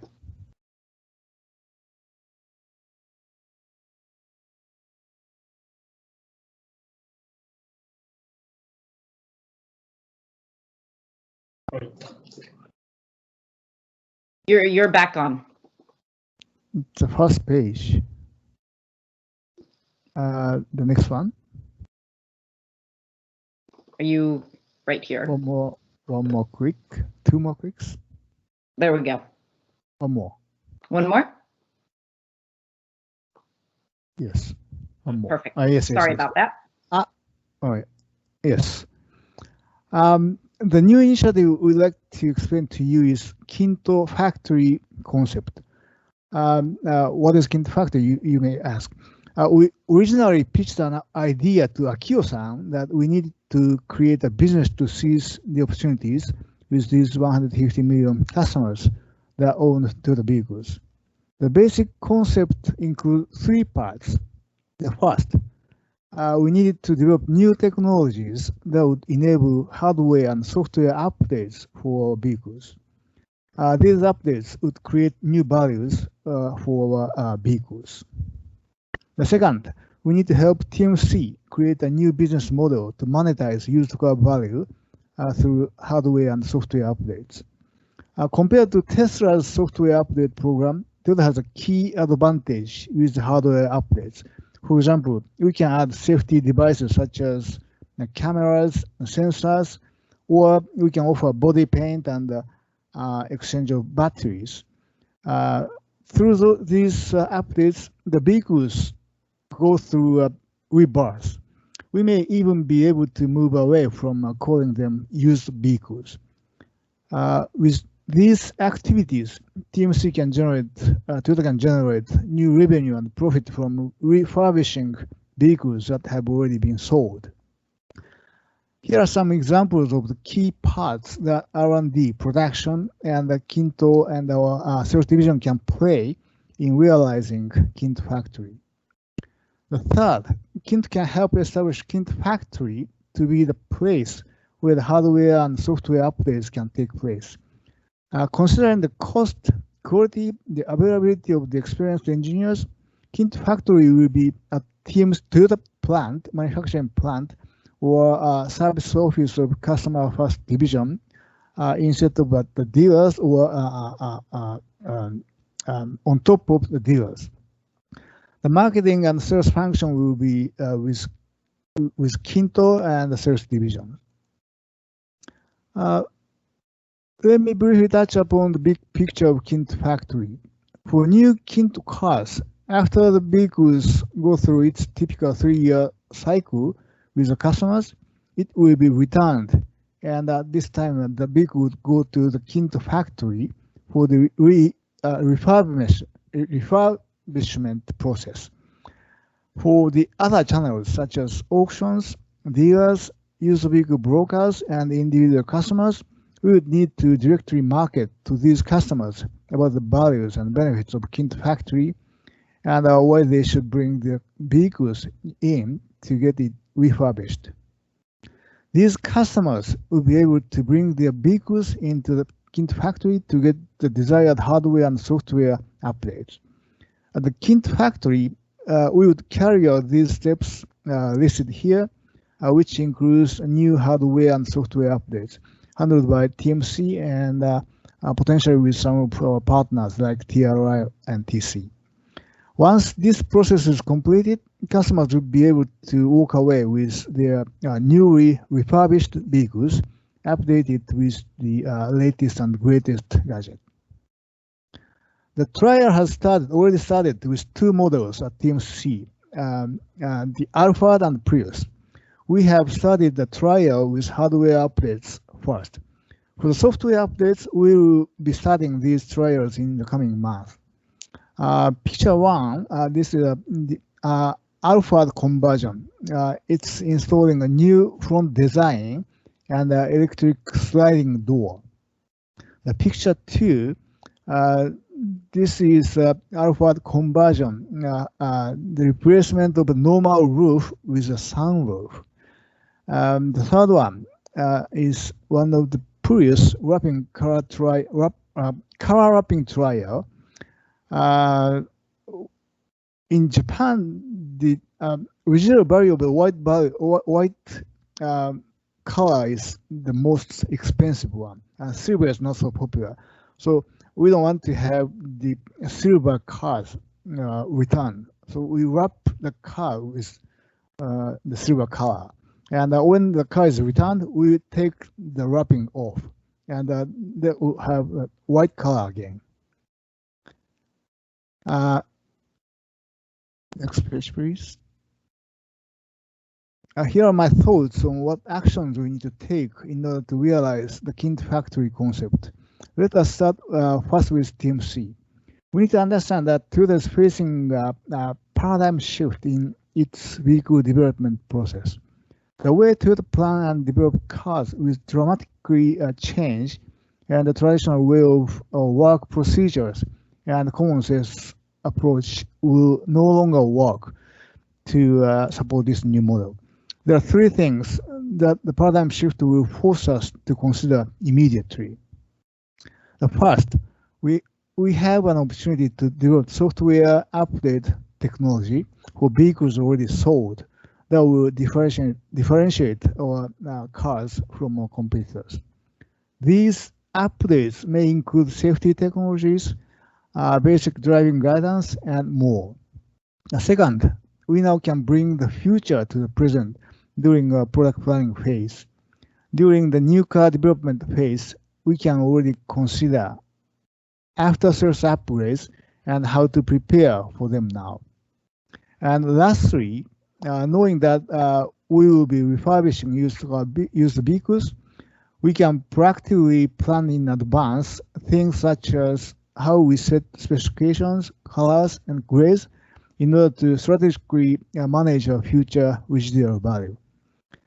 I strongly believe that we will need to reform our fundamentals, such as our mindset and our ways we approach KPIs, in order to survive this paradigm shift. In addition to the need for TMC to reform their fundamentals, we need to look at what TFS and KINTO need to do to help realize the KINTO factory concept. We need to work towards moving away from the value chain business that is so heavily dependent on the dealers and look for more direct interactions between TFS, KINTO, and our customers. Ultimately, we will need to play a part in redefining the role of the dealers in this new business model. We need to create a new business model to monetize used car value through hardware and software updates. There are three things for us to consider as we proceed down this path. First, we need to continue to drive the most promotion of our KINTO services, explore ways to expand our offerings and making it more attractive for customers to join KINTO. Second, we need to ensure we have ongoing and consistent contact with our customers throughout the various touchpoints and the entire car lifecycle, from new car sales to scrapping and recycling. And lastly, we need to create a business structure for used car sales, from online sales to auction and collaboration with other used car retailers.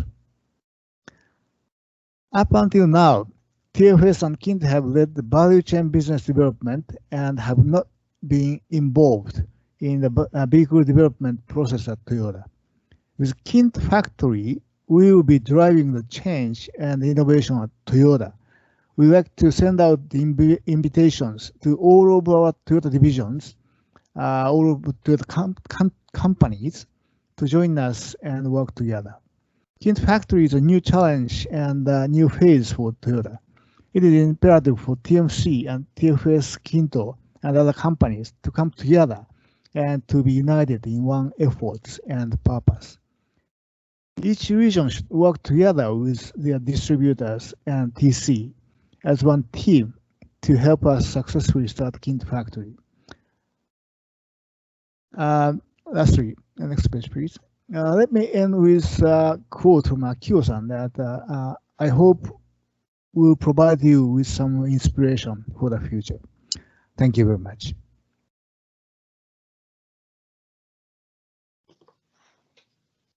Thank you, Kotera-san, for sharing us the new concept of KINTO Factory. And actually, at this time, I would like to open up for a few minutes of Q&A. If we have any questions regarding what Kotera-san has just introduced to us, and get a chance to maybe provide any clarifications to the questions. And again, please use the chat function for your questions, and we will try to do our best to get it answered for you.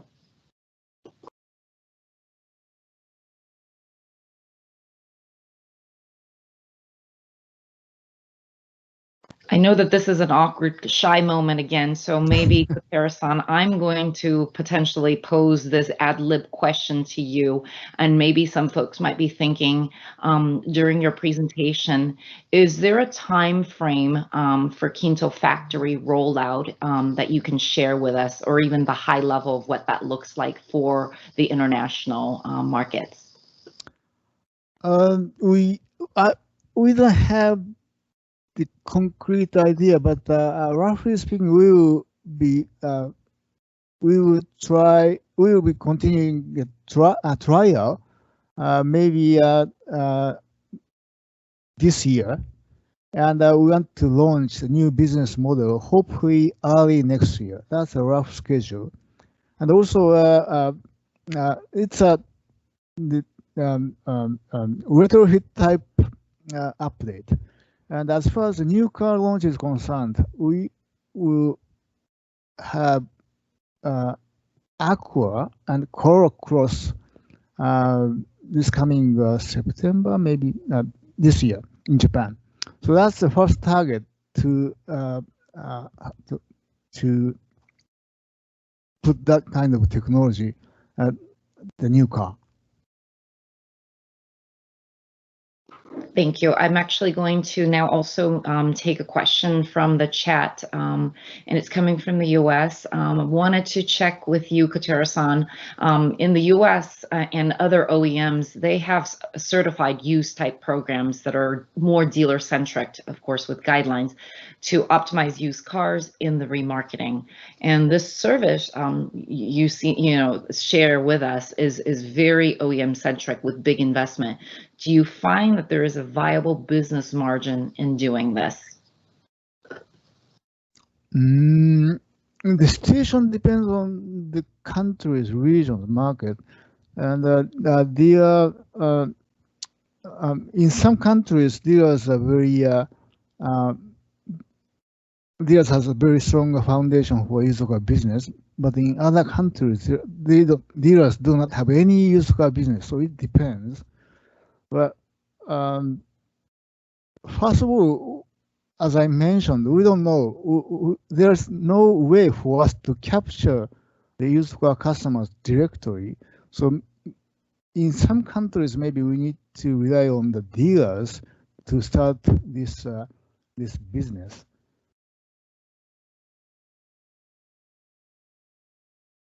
Great, thank you. There's a couple more questions that I wanted to flip by you as well.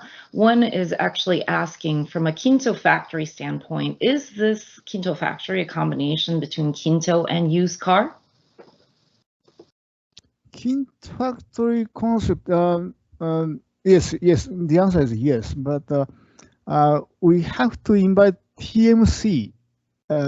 We have to heavily rely on TMC for technical development and manufacturing the used car.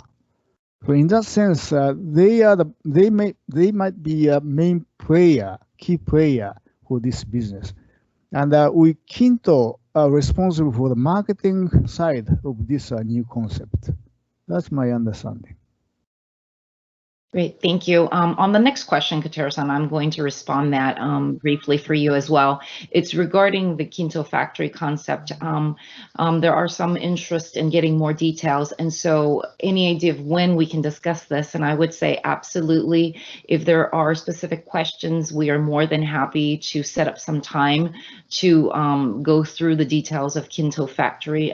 This is coming from Peter and anybody else out there. So if you do have timing meeting set up for us, we're going to be happy to jump on a call, discuss the details, and particularly answer any of the questions that you might have. And I will be sending out along with that the video and the presentation of this as well, so that way we can follow up. The next question, Kotera-san, is more from the perspective of individual distributors. How can KINTO factory be implemented?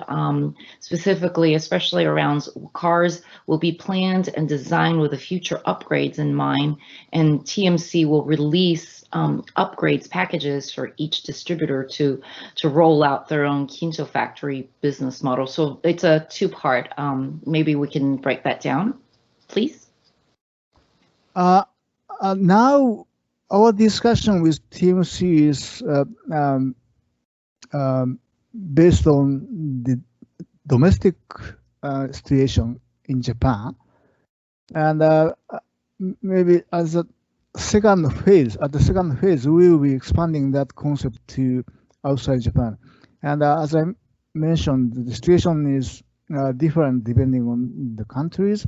So maybe we will invite somebody from your side and start a discussion in detail how we can roll out in each market for this concept. We have another question actually coming in, and it's asking specifically in the used housing industry, there are two cases. One is around mass whole refurbishment, expecting next sales, and two, totally customized according to each customer's request. The KINTO factory concept, is it the first one? First one is the first phase, and the second one is the second phase. So finally, we want to customize the software setting. That's the goal, maybe.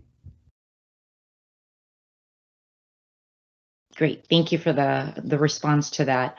We are going to see if there's any other questions coming in before we move on. We might have some time here for one or two more questions, and then we will be actually moving to the panel discussions where we will invite back all of our speakers to join the panel. So with that, actually, we do have one. Thank you for joining us also from our guests from the Middle East.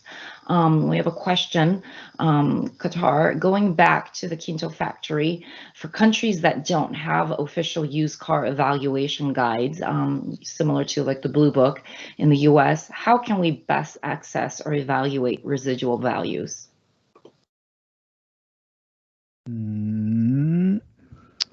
I don't have the answer to this question because the residual value is different depending on the situation in the marketplace. So I don't think RV in Blue Book RV works in Qatar, and I don't know how it works, how we can help you. But I want to have the discussion with you to find out the solution.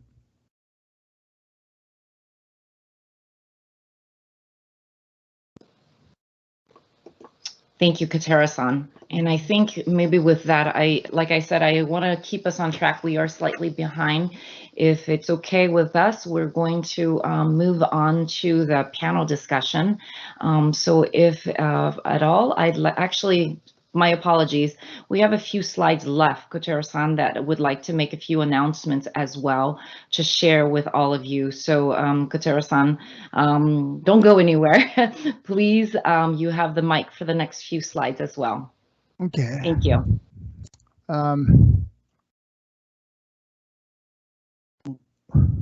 This one. Okay, so as an opening, let me share with you an exciting upcoming event. we are planning to launch hardware and software update trial program for the GRAs on top of the Alpha and the Prius. The purpose of this trial is to offer participants a unique experience where we can help them improve their driving skill in addition to the upgrade of the vehicle. It can be a trial for future programs. We can extend to cover other Toyota Lexus vehicles and to help improve driving skill and the vehicle performance. This is to have a trial step to utilize data of the vehicle and driving condition to amplify human driving skills and hardware and software setup, potentially based on the AI and deep learning technology. But this trial will not have the AI component, so we will do it manually by having professional data analysis. We need to understand the important improvement in any one of these 3 areas. Hardware, software, and human driving skills will not be sufficient. Maybe the combination of all three, hardware, software, human driving skill improvements are necessary the driving performance. This is an example of the type of driving course for us to use. We are conducting this trial under controlled environment of driving course instead of on the public roads, where it would be more difficult for us to control the environment and measure the KPIs. At the driving course, everyone will be monitored and measured. We start with the circuit drive because we already have historical data and know-how for drivers' skills improvement. We need to study more on how to define fun-to-drive type driving based on the data. This is a detail. I don't want to touch on each of them, but I'd like to propose an invitation to anybody interested in this program. This is all I have. Thank you. Thank you, Katera-san. And again, as we mentioned, we wanted to share that and make it an open invitation to anybody who is interested in getting out there and getting some of the measurements out. With that, I'm excited to actually welcome back all of our speakers, actually, specifically. Gil, if you can unmute Jim and Zach, and also Katera-san, you're already there. For us to kind of start our next section, which is the open panel discussion. And this is an opportunity for these gentlemen to actually discuss a little bit more about the overall KINTO factory. And specifically, I have a few questions that I have lined up that I'd like to kind of ask the gentlemen here. So if I may, I'm actually going to kind of go into the details that, you know, earlier when Katera-san had shared with us the KINTO factory, he mentioned that, you know, we have a few challenges that we're going to be facing as an organization, and the lack of customer data, the lack of products to sell, and the lack of payment methods. We are going to face this as we look at these opportunities. Now, as we look at how do we connect and find opportunities with 150 million Toyota cars and customers out there, it would be great to get an input from our panelists here. And I'd like to first maybe start with, if that's okay, with Jim. What do you think are some of the opportunities for Toyota AI Ventures to help us tackle these challenges? And also from a perspective, you know, I go back to, we might not have everything internally. So are there opportunities for us to partner up or invest? So we'd like to open that up for discussion for you, Jim. Sure. Thank you, Anne. Thank you, Katera-san. That was a really informative and visionary plan that you're working on. It's really inspiring. I think the good news is that Toyota has a top 10 consumer brand that's known to consumers around the world, right? And so that is a tremendous asset. I think it is true that there's not a lot to sell beyond cars and the services that surround cars.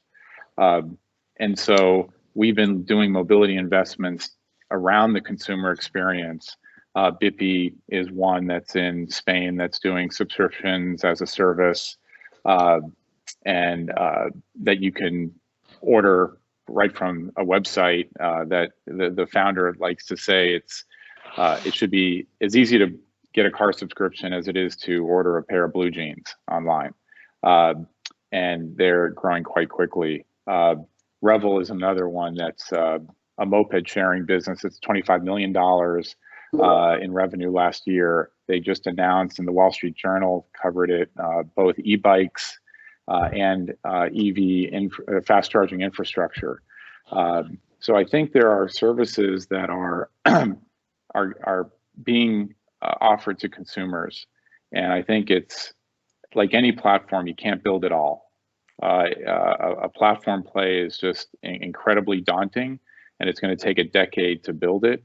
And if we're going to go faster, I think we need to leverage the activities of certainly companies in our portfolio, but just the startup community generally. And Toyota doesn't have that muscle traditionally. Corporate development, acquisitions, strategic partnering is not really part of Toyota's core competency, and it's been certainly our mission at Toyota AI Ventures to start to build that muscle, because I think it's critical for platforms like KINTO and the KINTO factory and the efforts that are ongoing. Thank you, Jim. I also like to ask Gil the same question, actually, and maybe to give us a little bit more perspective of what are your thoughts from a standpoint of opportunities that TRI could help us tackle these challenges. One of the, well, let's see, there's actually two. So the first is with regard to this idea of a coach that would go inside of a car to help you learn how to drive better. We're actually getting involved in this right now on several fronts. It's kind of an extension of the Guardian idea. So you start with, of course, the Guardian, in the worst case, should prevent you from having a crash. But in the best case, the Guardian becomes a teacher or a coach to help you have more fun in the car, to help you learn how to drive better. And whether it's on the racetrack or even just driving most of the time, what's really neat about software is that the cost of replication is zero. And that means that once we figure out how to make a good coach for a car, we can put it in every car at nearly zero cost. And so I think that there's a very exciting idea there, and I'm really looking forward to working together with KINTO on this idea of making this whole experience of being in the car different. The second thing that I want to mention is, as I think in a kind of a futuristic way, even if cars are fully autonomous in the future, certain things are not going to change. And I've been having long discussions with Zach now on this, that, you know, the speed of vehicular transport on roads is probably going to stay around, in the US, what we call 65 miles an hour. Because of physics and efficiency. You don't really want cars to go much faster than that. And of course, carbon is very important and climate change is very important. So this leads to this kind of very simple realization that people will still be spending a lot of time in their cars. And so it's a very odd thing, this unnatural thing for human beings, that we're suddenly enclosed in a metal box for a few hours, you know, and sometimes it's a few hours each week, sometimes it's a few hours each day. And how do we spend our time there? What are the things, what are the services that a future Toyota could provide to people when they're stuck in their cars? And I think that we need to start thinking about that. This is, again, all in this mindset of post-sale. And I think that KINTO has a very large role to play. Toyota Connected especially has a very large role to play in terms of imagining how our company can transform from, again, this older model of, okay, we design the car, we run the factory, we build it, then we sell it to you, then, you know, we are done, to a very different mindset, which is that we provide mobility no matter what you need it to do, and building and selling the car, that's only a very small part of it. And I'll stop there. Thank you, Gil. And actually, I also wanted to provide an opportunity, Zach, as to what are your thoughts from a perspective of Toyota Connective and how you think can help us, tackle these challenges. Yeah, thanks, Ann, and thanks, Koutara-san. I think everything that we've been doing at Toyota Connected, which is around enabling the data, capturing the telemetry, all of the pertinent information, and then commoditizing it, making it easy to access and to be able to leverage it, and then build algorithms, AI and ML on top of it to be able to have better information in real time. And so that's what we've done. I will give a mention to our Toyota Connected Europe office. Over the past year, had been working with the WRC and the drivers. So we've been actually doing that in real time, helping the drivers as they're going around the course to get that real time information and be able to make adjustments, whether it's on the vehicle or how they're driving. And so, in more practical terms, what we've been doing is building algorithms on things like micro collisions. So I think there was an earlier question from Qatar around how if we don't have Blue Book data, if we don't understand the resale value, we've been building algorithms to understand, working with TFS on if you take a vehicle and if we can monitor it for the lifespan of that vehicle, understand how was this vehicle driven? Was it driven aggressively and in many accidents, but then maybe the outside was repaired, but the inside looks bad? We can give you better insights, excuse me, onto where that vehicle is at and how it should be priced. So as soon as these vehicles are connected, we've got access to give you insight into that data. And also, I will share with you, we already have 80,000 vehicles connected with Avis and Enterprise who are paying for this telemetry data. So when a vehicle is returned back from a rental, we're letting them know if that vehicle was refueled, was it in an accident, and we've already generated $5 million in revenue just on data sales and providing some AI on top of that. So we're really excited. I think this goes right in line with our capabilities, and we can help KINTO get there faster. Thank you very much, Zach, for your input on that. I actually want Ann? Yes. I just want to make one more point. Sure. The KINTO platform is incredibly positioned to do what Amazon Prime did a decade ago. If I were to pay a certain amount of money per month, I got a car, I get mobility in many modes, wherever I am in the world. To Gil's point, if I'm in my car and it's autonomously driven, it becomes a car theater, and Toyota Connected can deliver content to entertain me while I'm in this metal box trapped for a couple hours. These should all be KINTO platform products that I just pay for every month, just like I pay for Amazon Prime every month. Amazon Prime started with free delivery. Now I get videos and all kinds of home theater services from Amazon Prime. The whole world thinks about Toyota in the context of mobility. KINTO is that service platform that delivers everything. If it's all in one and Toyota just gets a check every month and there's all new services coming every month, this becomes a juggernaut of value. And that's what's so exciting about our discussions today. Agreed, Jim, agreed. And I think this is why we brought some of the you all here for this discussion, because I think we're definitely stronger as one, and to hear your different perspective as, Koutara-san shared the new concept of KINTO Factory. I think that's the whole objective, is we don't have all the answers, not today, and it's going to be a building journey. So I think that's the beauty of this discussion, is it's very much open, and just really really quickly, I know that there will be some questions coming into the chat box as well, and we will address them towards the latter part of this panel. I think for the time being, what we like to do is really to get the discussion flowing from our key partners here, right? We've got a great group of people here to talk about KINTO Factory, some of the outstanding questions, and I think kind of segue into that.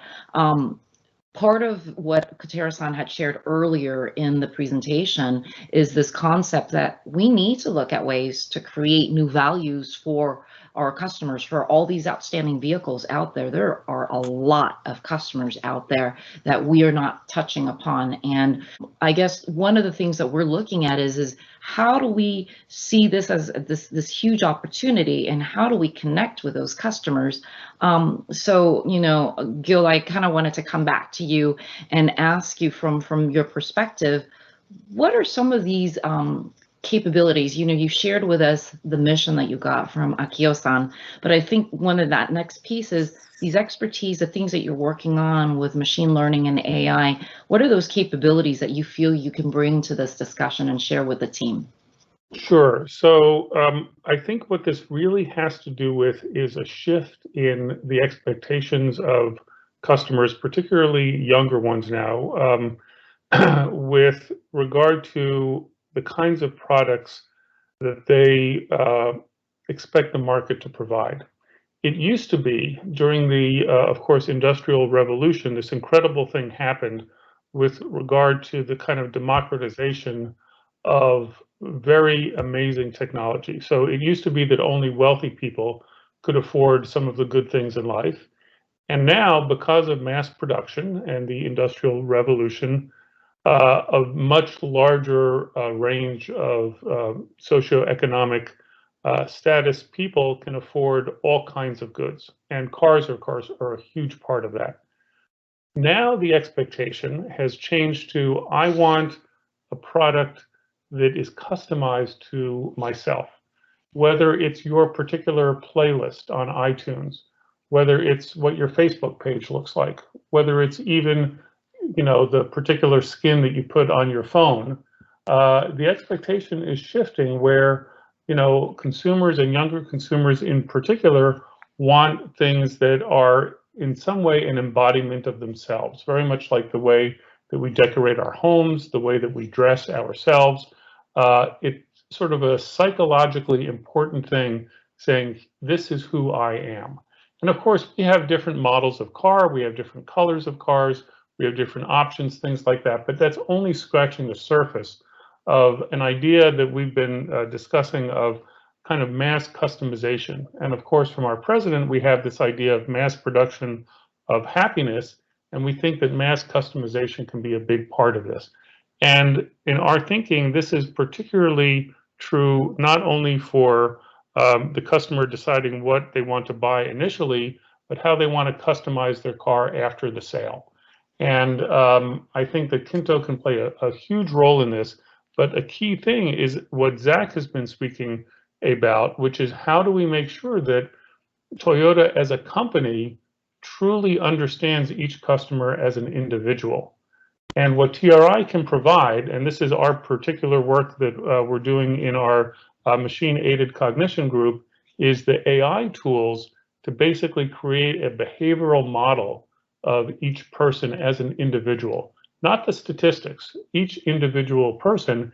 When Amazon decides what ads to show you, they know a whole lot about the products that you've searched for and the products that you've bought in the past. We have to do that too.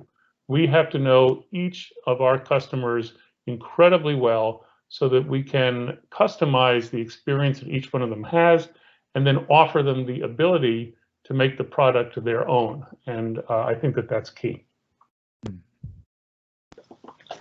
Thank you, Gil. Actually, I'm also going to kind of segue that over to Zach. And I think that's a very interesting point that you brought. You know, when we look at knowing our customers intimately and offering them the right services, that is exactly the experience we do want our customers to feel.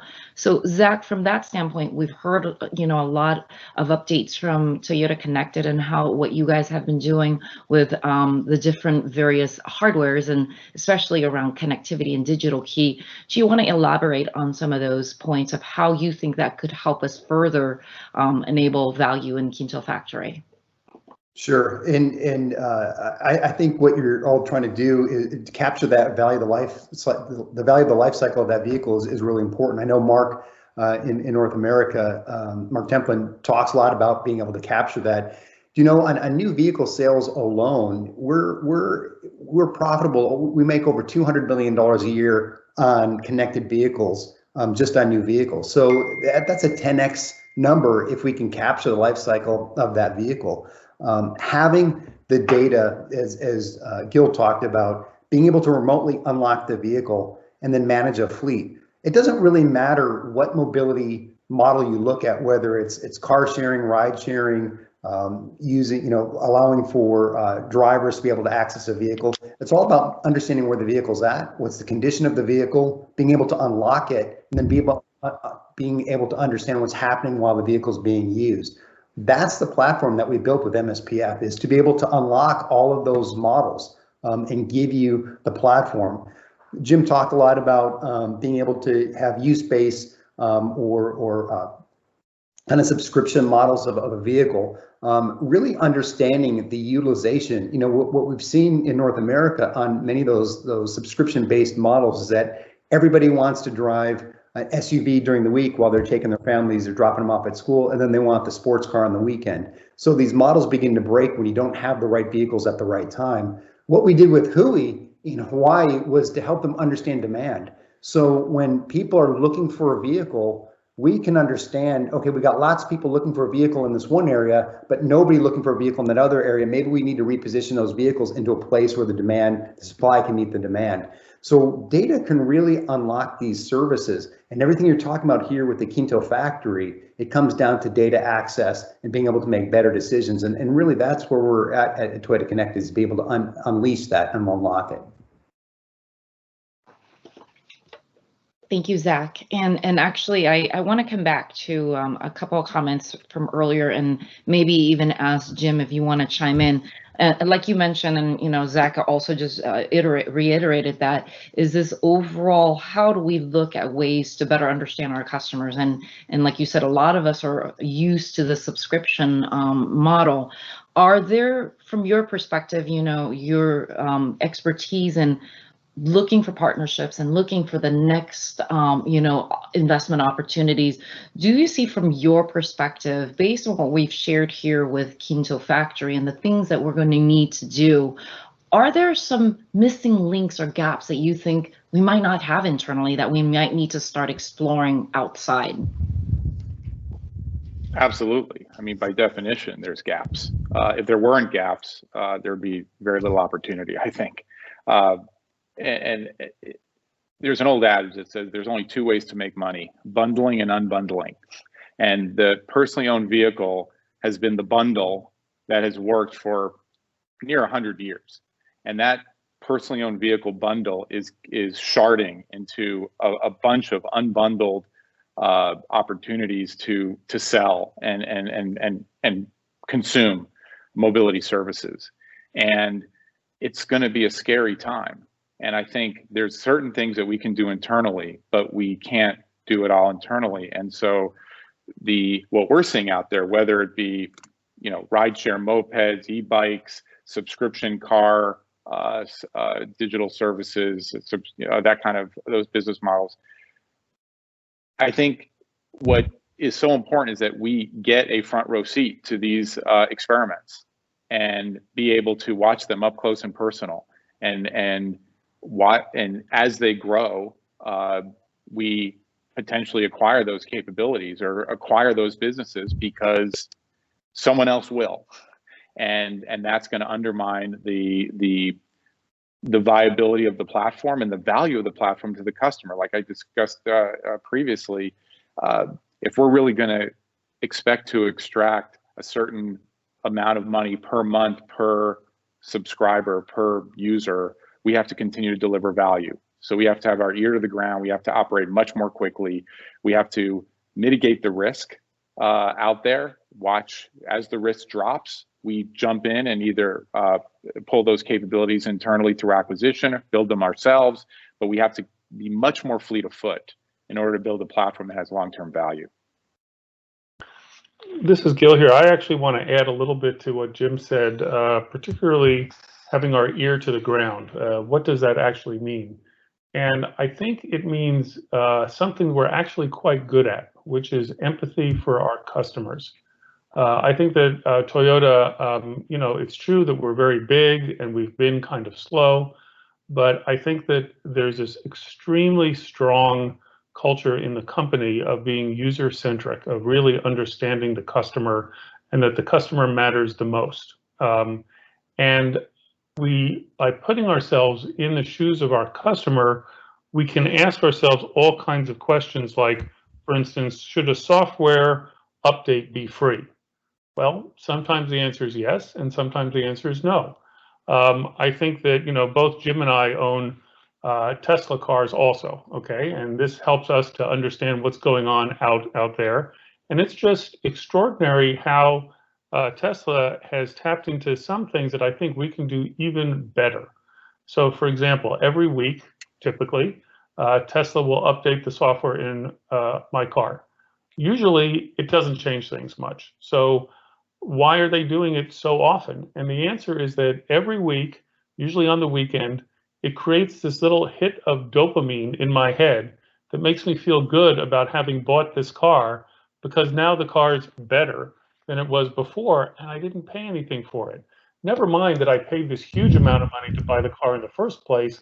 They understand human psychology well enough to know that even though they overcharged me at the beginning for getting the car in the first place, by giving me these little things free every week, I feel somehow like I've gotten something for nothing. It's not true, but that's how it feels.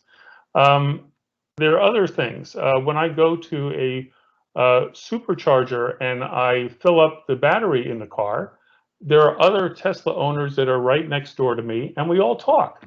And we talk about how they like their car, how I like my car, and it becomes a social thing, kind of like a mini 1950s car show where everybody sits there with their hoods up and says, oh, you know, you have this option and I have that option, and, you know, all that sort of stuff. And so there's this kind of social dynamic that's going on. I think that Toyota has the potential to be better at this than anybody, because we understand this better, and actually because of our heritage in Japan and the fact that the culture in Japan is one of the most social on earth. I think that we can transform that into providing these kind of perks in a way that actually earns us a lot more profit in the long run and makes our customers feel like they're getting this just incredibly great deal. And I think that KINTO is sort of the key portal to make all of that happen.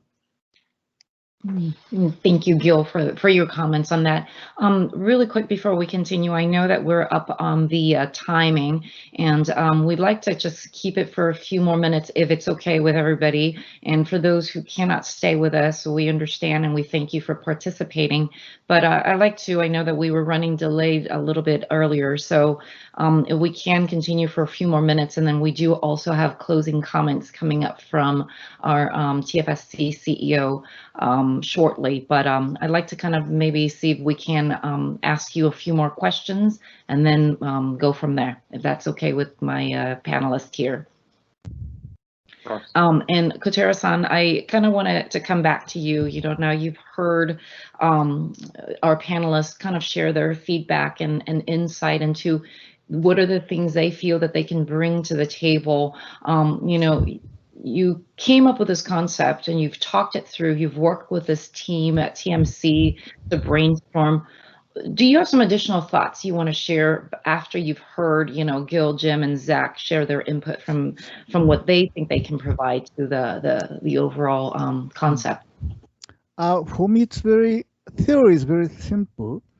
in order to capture the value chain profit, first of all, the customers have to be connected with us. We should know who the customers are. That's the foundation. And on top of that, we need to know the customers driving so that we can customize software and hardware setting. So this is the scenario I have. We want to realize this concept. Once the car is sold to the next customer as a used car, we have to reconnect it, the new customers. I don't know. We don't know how we can realize it because dealers may not be involved in this transaction. So customers will go away, but we have to capture the customers. And then we have to know the driving of the new owners. And we have to change the software and hardware setting again. And that might be a good profit opportunity for Toyota. So in that sense, we can use this profit center all the way through to the end of the model cycle. So in that sense, the collaboration with TC and TRI are essential for us. It's a very difficult challenge, and we cannot, only a TMC and KINTO cannot realize it. We need the help. So thank you in advance for your cooperation. Thank you, Katera-san.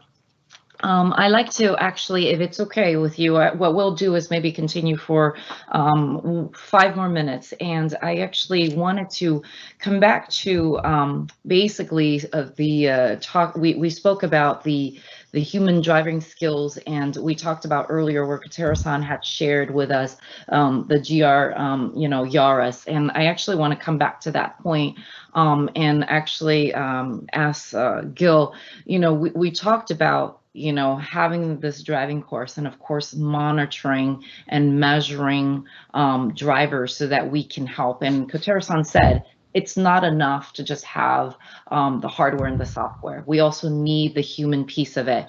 And you guys have been working on some very exciting aspects of key things around machine learning and AI.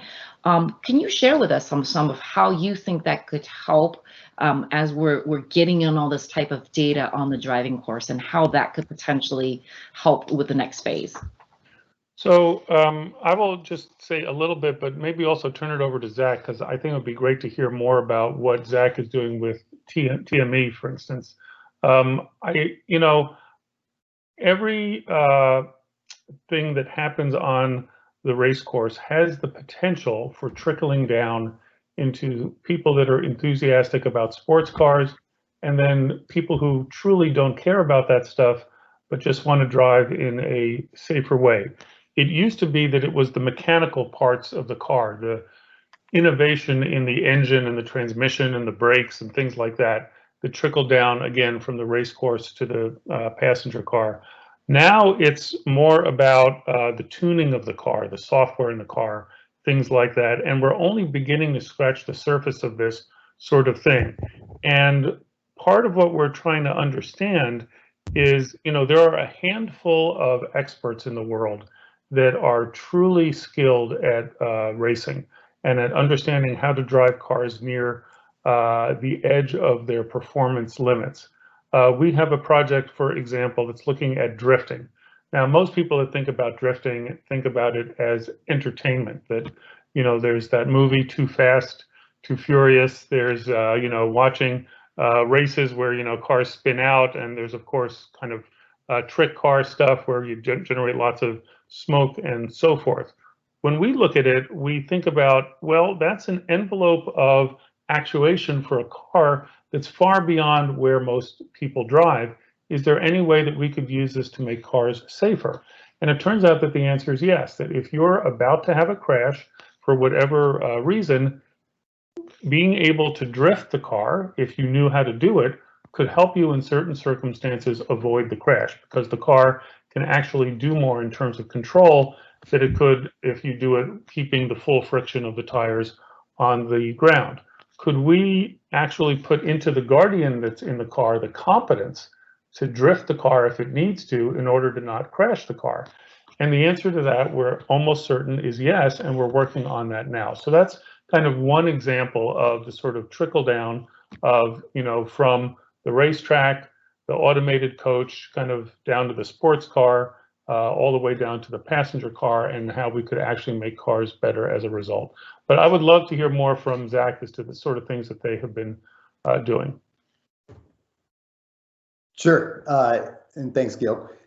At TCEU, Toyota Connected in Europe, we worked with the local driving team there, and we built basically two tools. There was a data engineering tool for the drivers, so the driver could get real-time feedback based on what he thought was important. And it was also in a format on a larger device, because if they're wearing gloves and be able to interact with that, they had some special needs.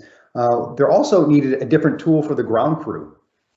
And the ground crew wanted different information about the vehicle and how it was performing, so they knew how to better do their job when that car came back into the pit. So this was something that was a real need and actually was making a difference. And in fact, I think when the crew had a chance to interact with Akio, Toyota, they wanted to share with him how this data was making a difference in their ability to perform and do a better job. So while it's a specialized case, it shows you how the importance of this data once we unleash it and make it available to people that need it. And I think that's the same thing here for KINTO. Making a decision on which car to buy back and how much you can resell it for, that's a data problem that we can help solve. And so we're really excited about this feature here. Thank you, gentlemen, for providing your input on this, and I really appreciate and I hope that our attendees had a good opportunity to hear about what are some of the things that are up and coming on the roadmap for all of us. I'd like to maybe just do 2 minutes to actually answer some questions. I know that there are some folks that are very interested in asking you some questions, and actually more specifically, Kotero-san, this one goes back to maybe checking in with you on the overall KINTO factory concept, and as a, how do we across Toyota, so this hits upon all of our affiliates, can move forward differently to go fast and leapfrog the competitors like Tesla, we've talked about, who are already well into implementing, and they don't have this paradigm shift that they have to deal with, and they might not have similar challenges. Of course, they have their own. But if you can share your thoughts on this question, that would be great.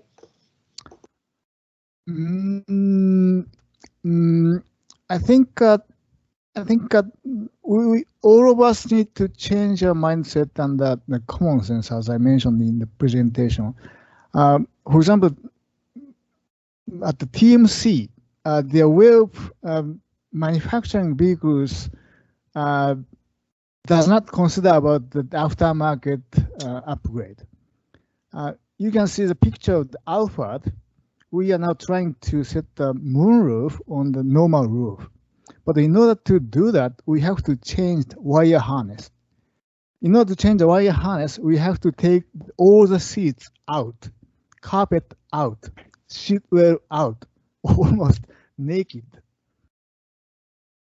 So it takes time and cost.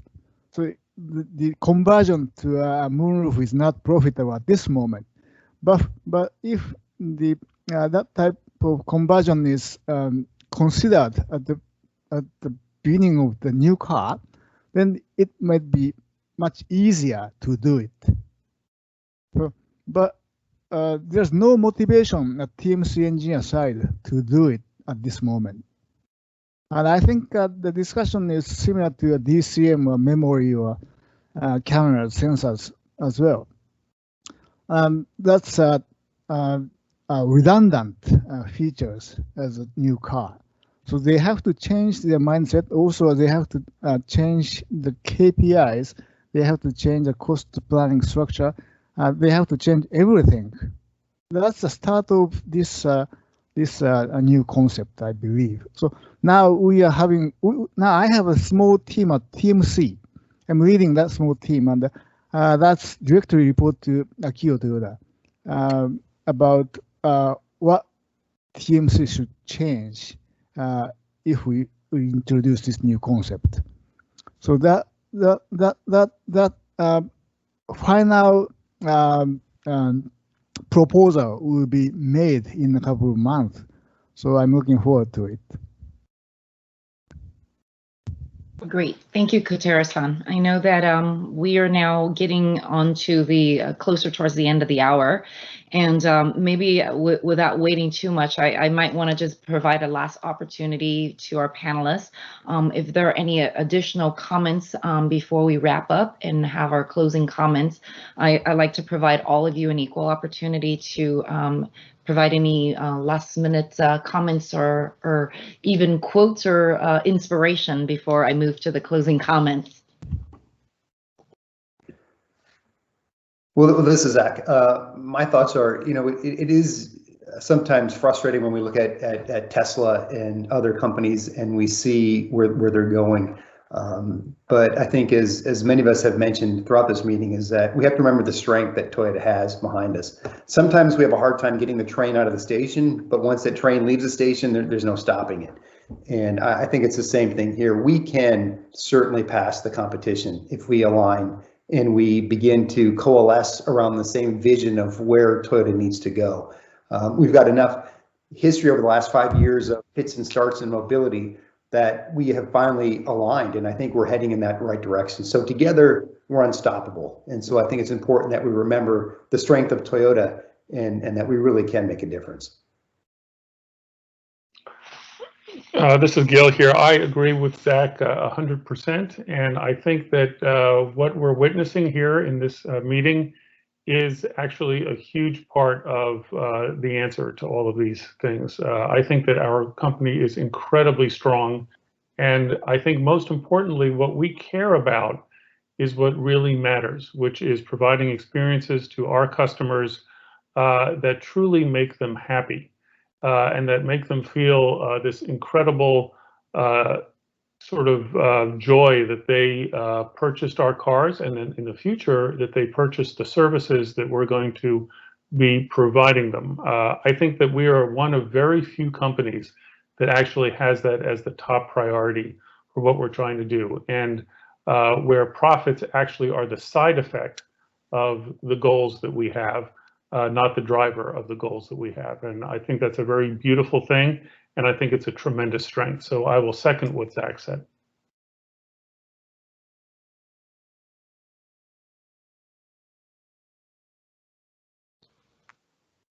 So I'll jump in. So I think competition is I think competitors should be welcomed, and I think they make us better.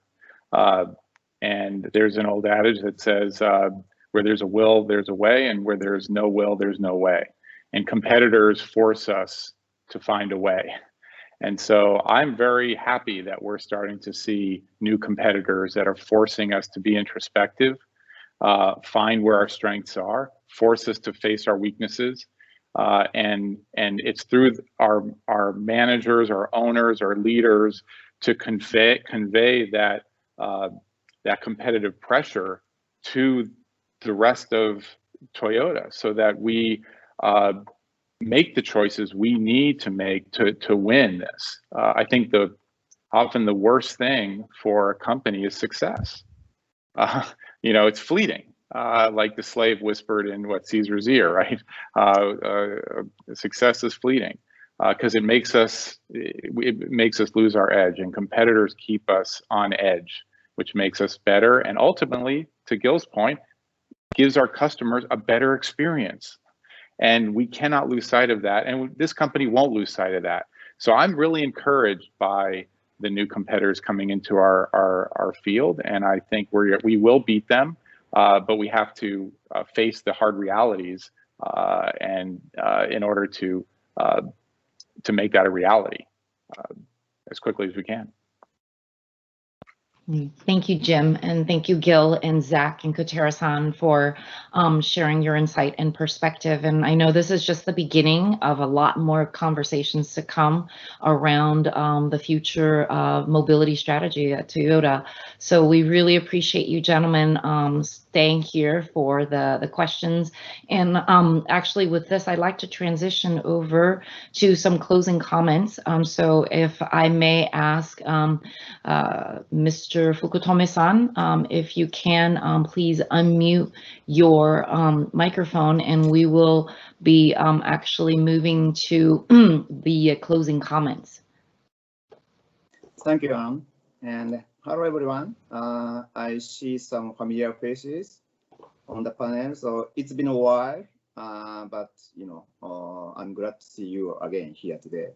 And thank you very, very much for providing us your very, great insight and implications. I appreciate that. Also, thank you to all the participants today in this KINTO Group meeting. Hearing about the opportunities to collaborate and align our strategies between us, Toyota Connected, Toyota AI Ventures, and TRI really reinforce the idea that we are working as one Toyota with a common mission, mass producing of happiness, and the vision of mobility for all. 3 years ago, at the beginning of KINTO's challenges, the brand awareness from customers and even people in Toyota was very little. The journey of KINTO team, led by Kotera-san, is still challenging, but certainly KINTO has grown up to the level that many people in Toyota recognize it as one of the essential services in Toyota Group. I am increasingly seeing the potential of the KINTO platform. So, congratulations and thank you for your cooperation and effort, great effort so far. The mobility service initiatives displayed today give me the confidence we are moving in the right direction. Also now, we all know that the truth is innovation is inefficient. So thank you, Gil-san, for your perspectives. Also, I think that everyone gets excited about the new concept of KINTO Factory. Also, I think that this project will bring us new dimension to expand our value chain business in Toyota ecosystem in the future. Also, I know that President Akio put high expectation on this idea. So please understand the importance of this project accordingly. Anyway, by having this great opportunity to share our and your initiatives, TF's Group confirmed the strong bond with all the participants today. It is time for now to continue accelerating together as a team to become the market leader in mobility. So maybe we will have next opportunity to be together again with a big achievement in the near future. But for now, I wish all of you are safe and healthy, and say thank you again to everyone. Thank you very much. Thank you very much, Fukutome-san, for your very kind words on the closing comments. We will be wrapping up, but I wanted to also share with you some parting comments from a comment to close out on this presentation. And we will, as we mentioned at the beginning, we will be making all of these slides and recording available to everyone after the meeting.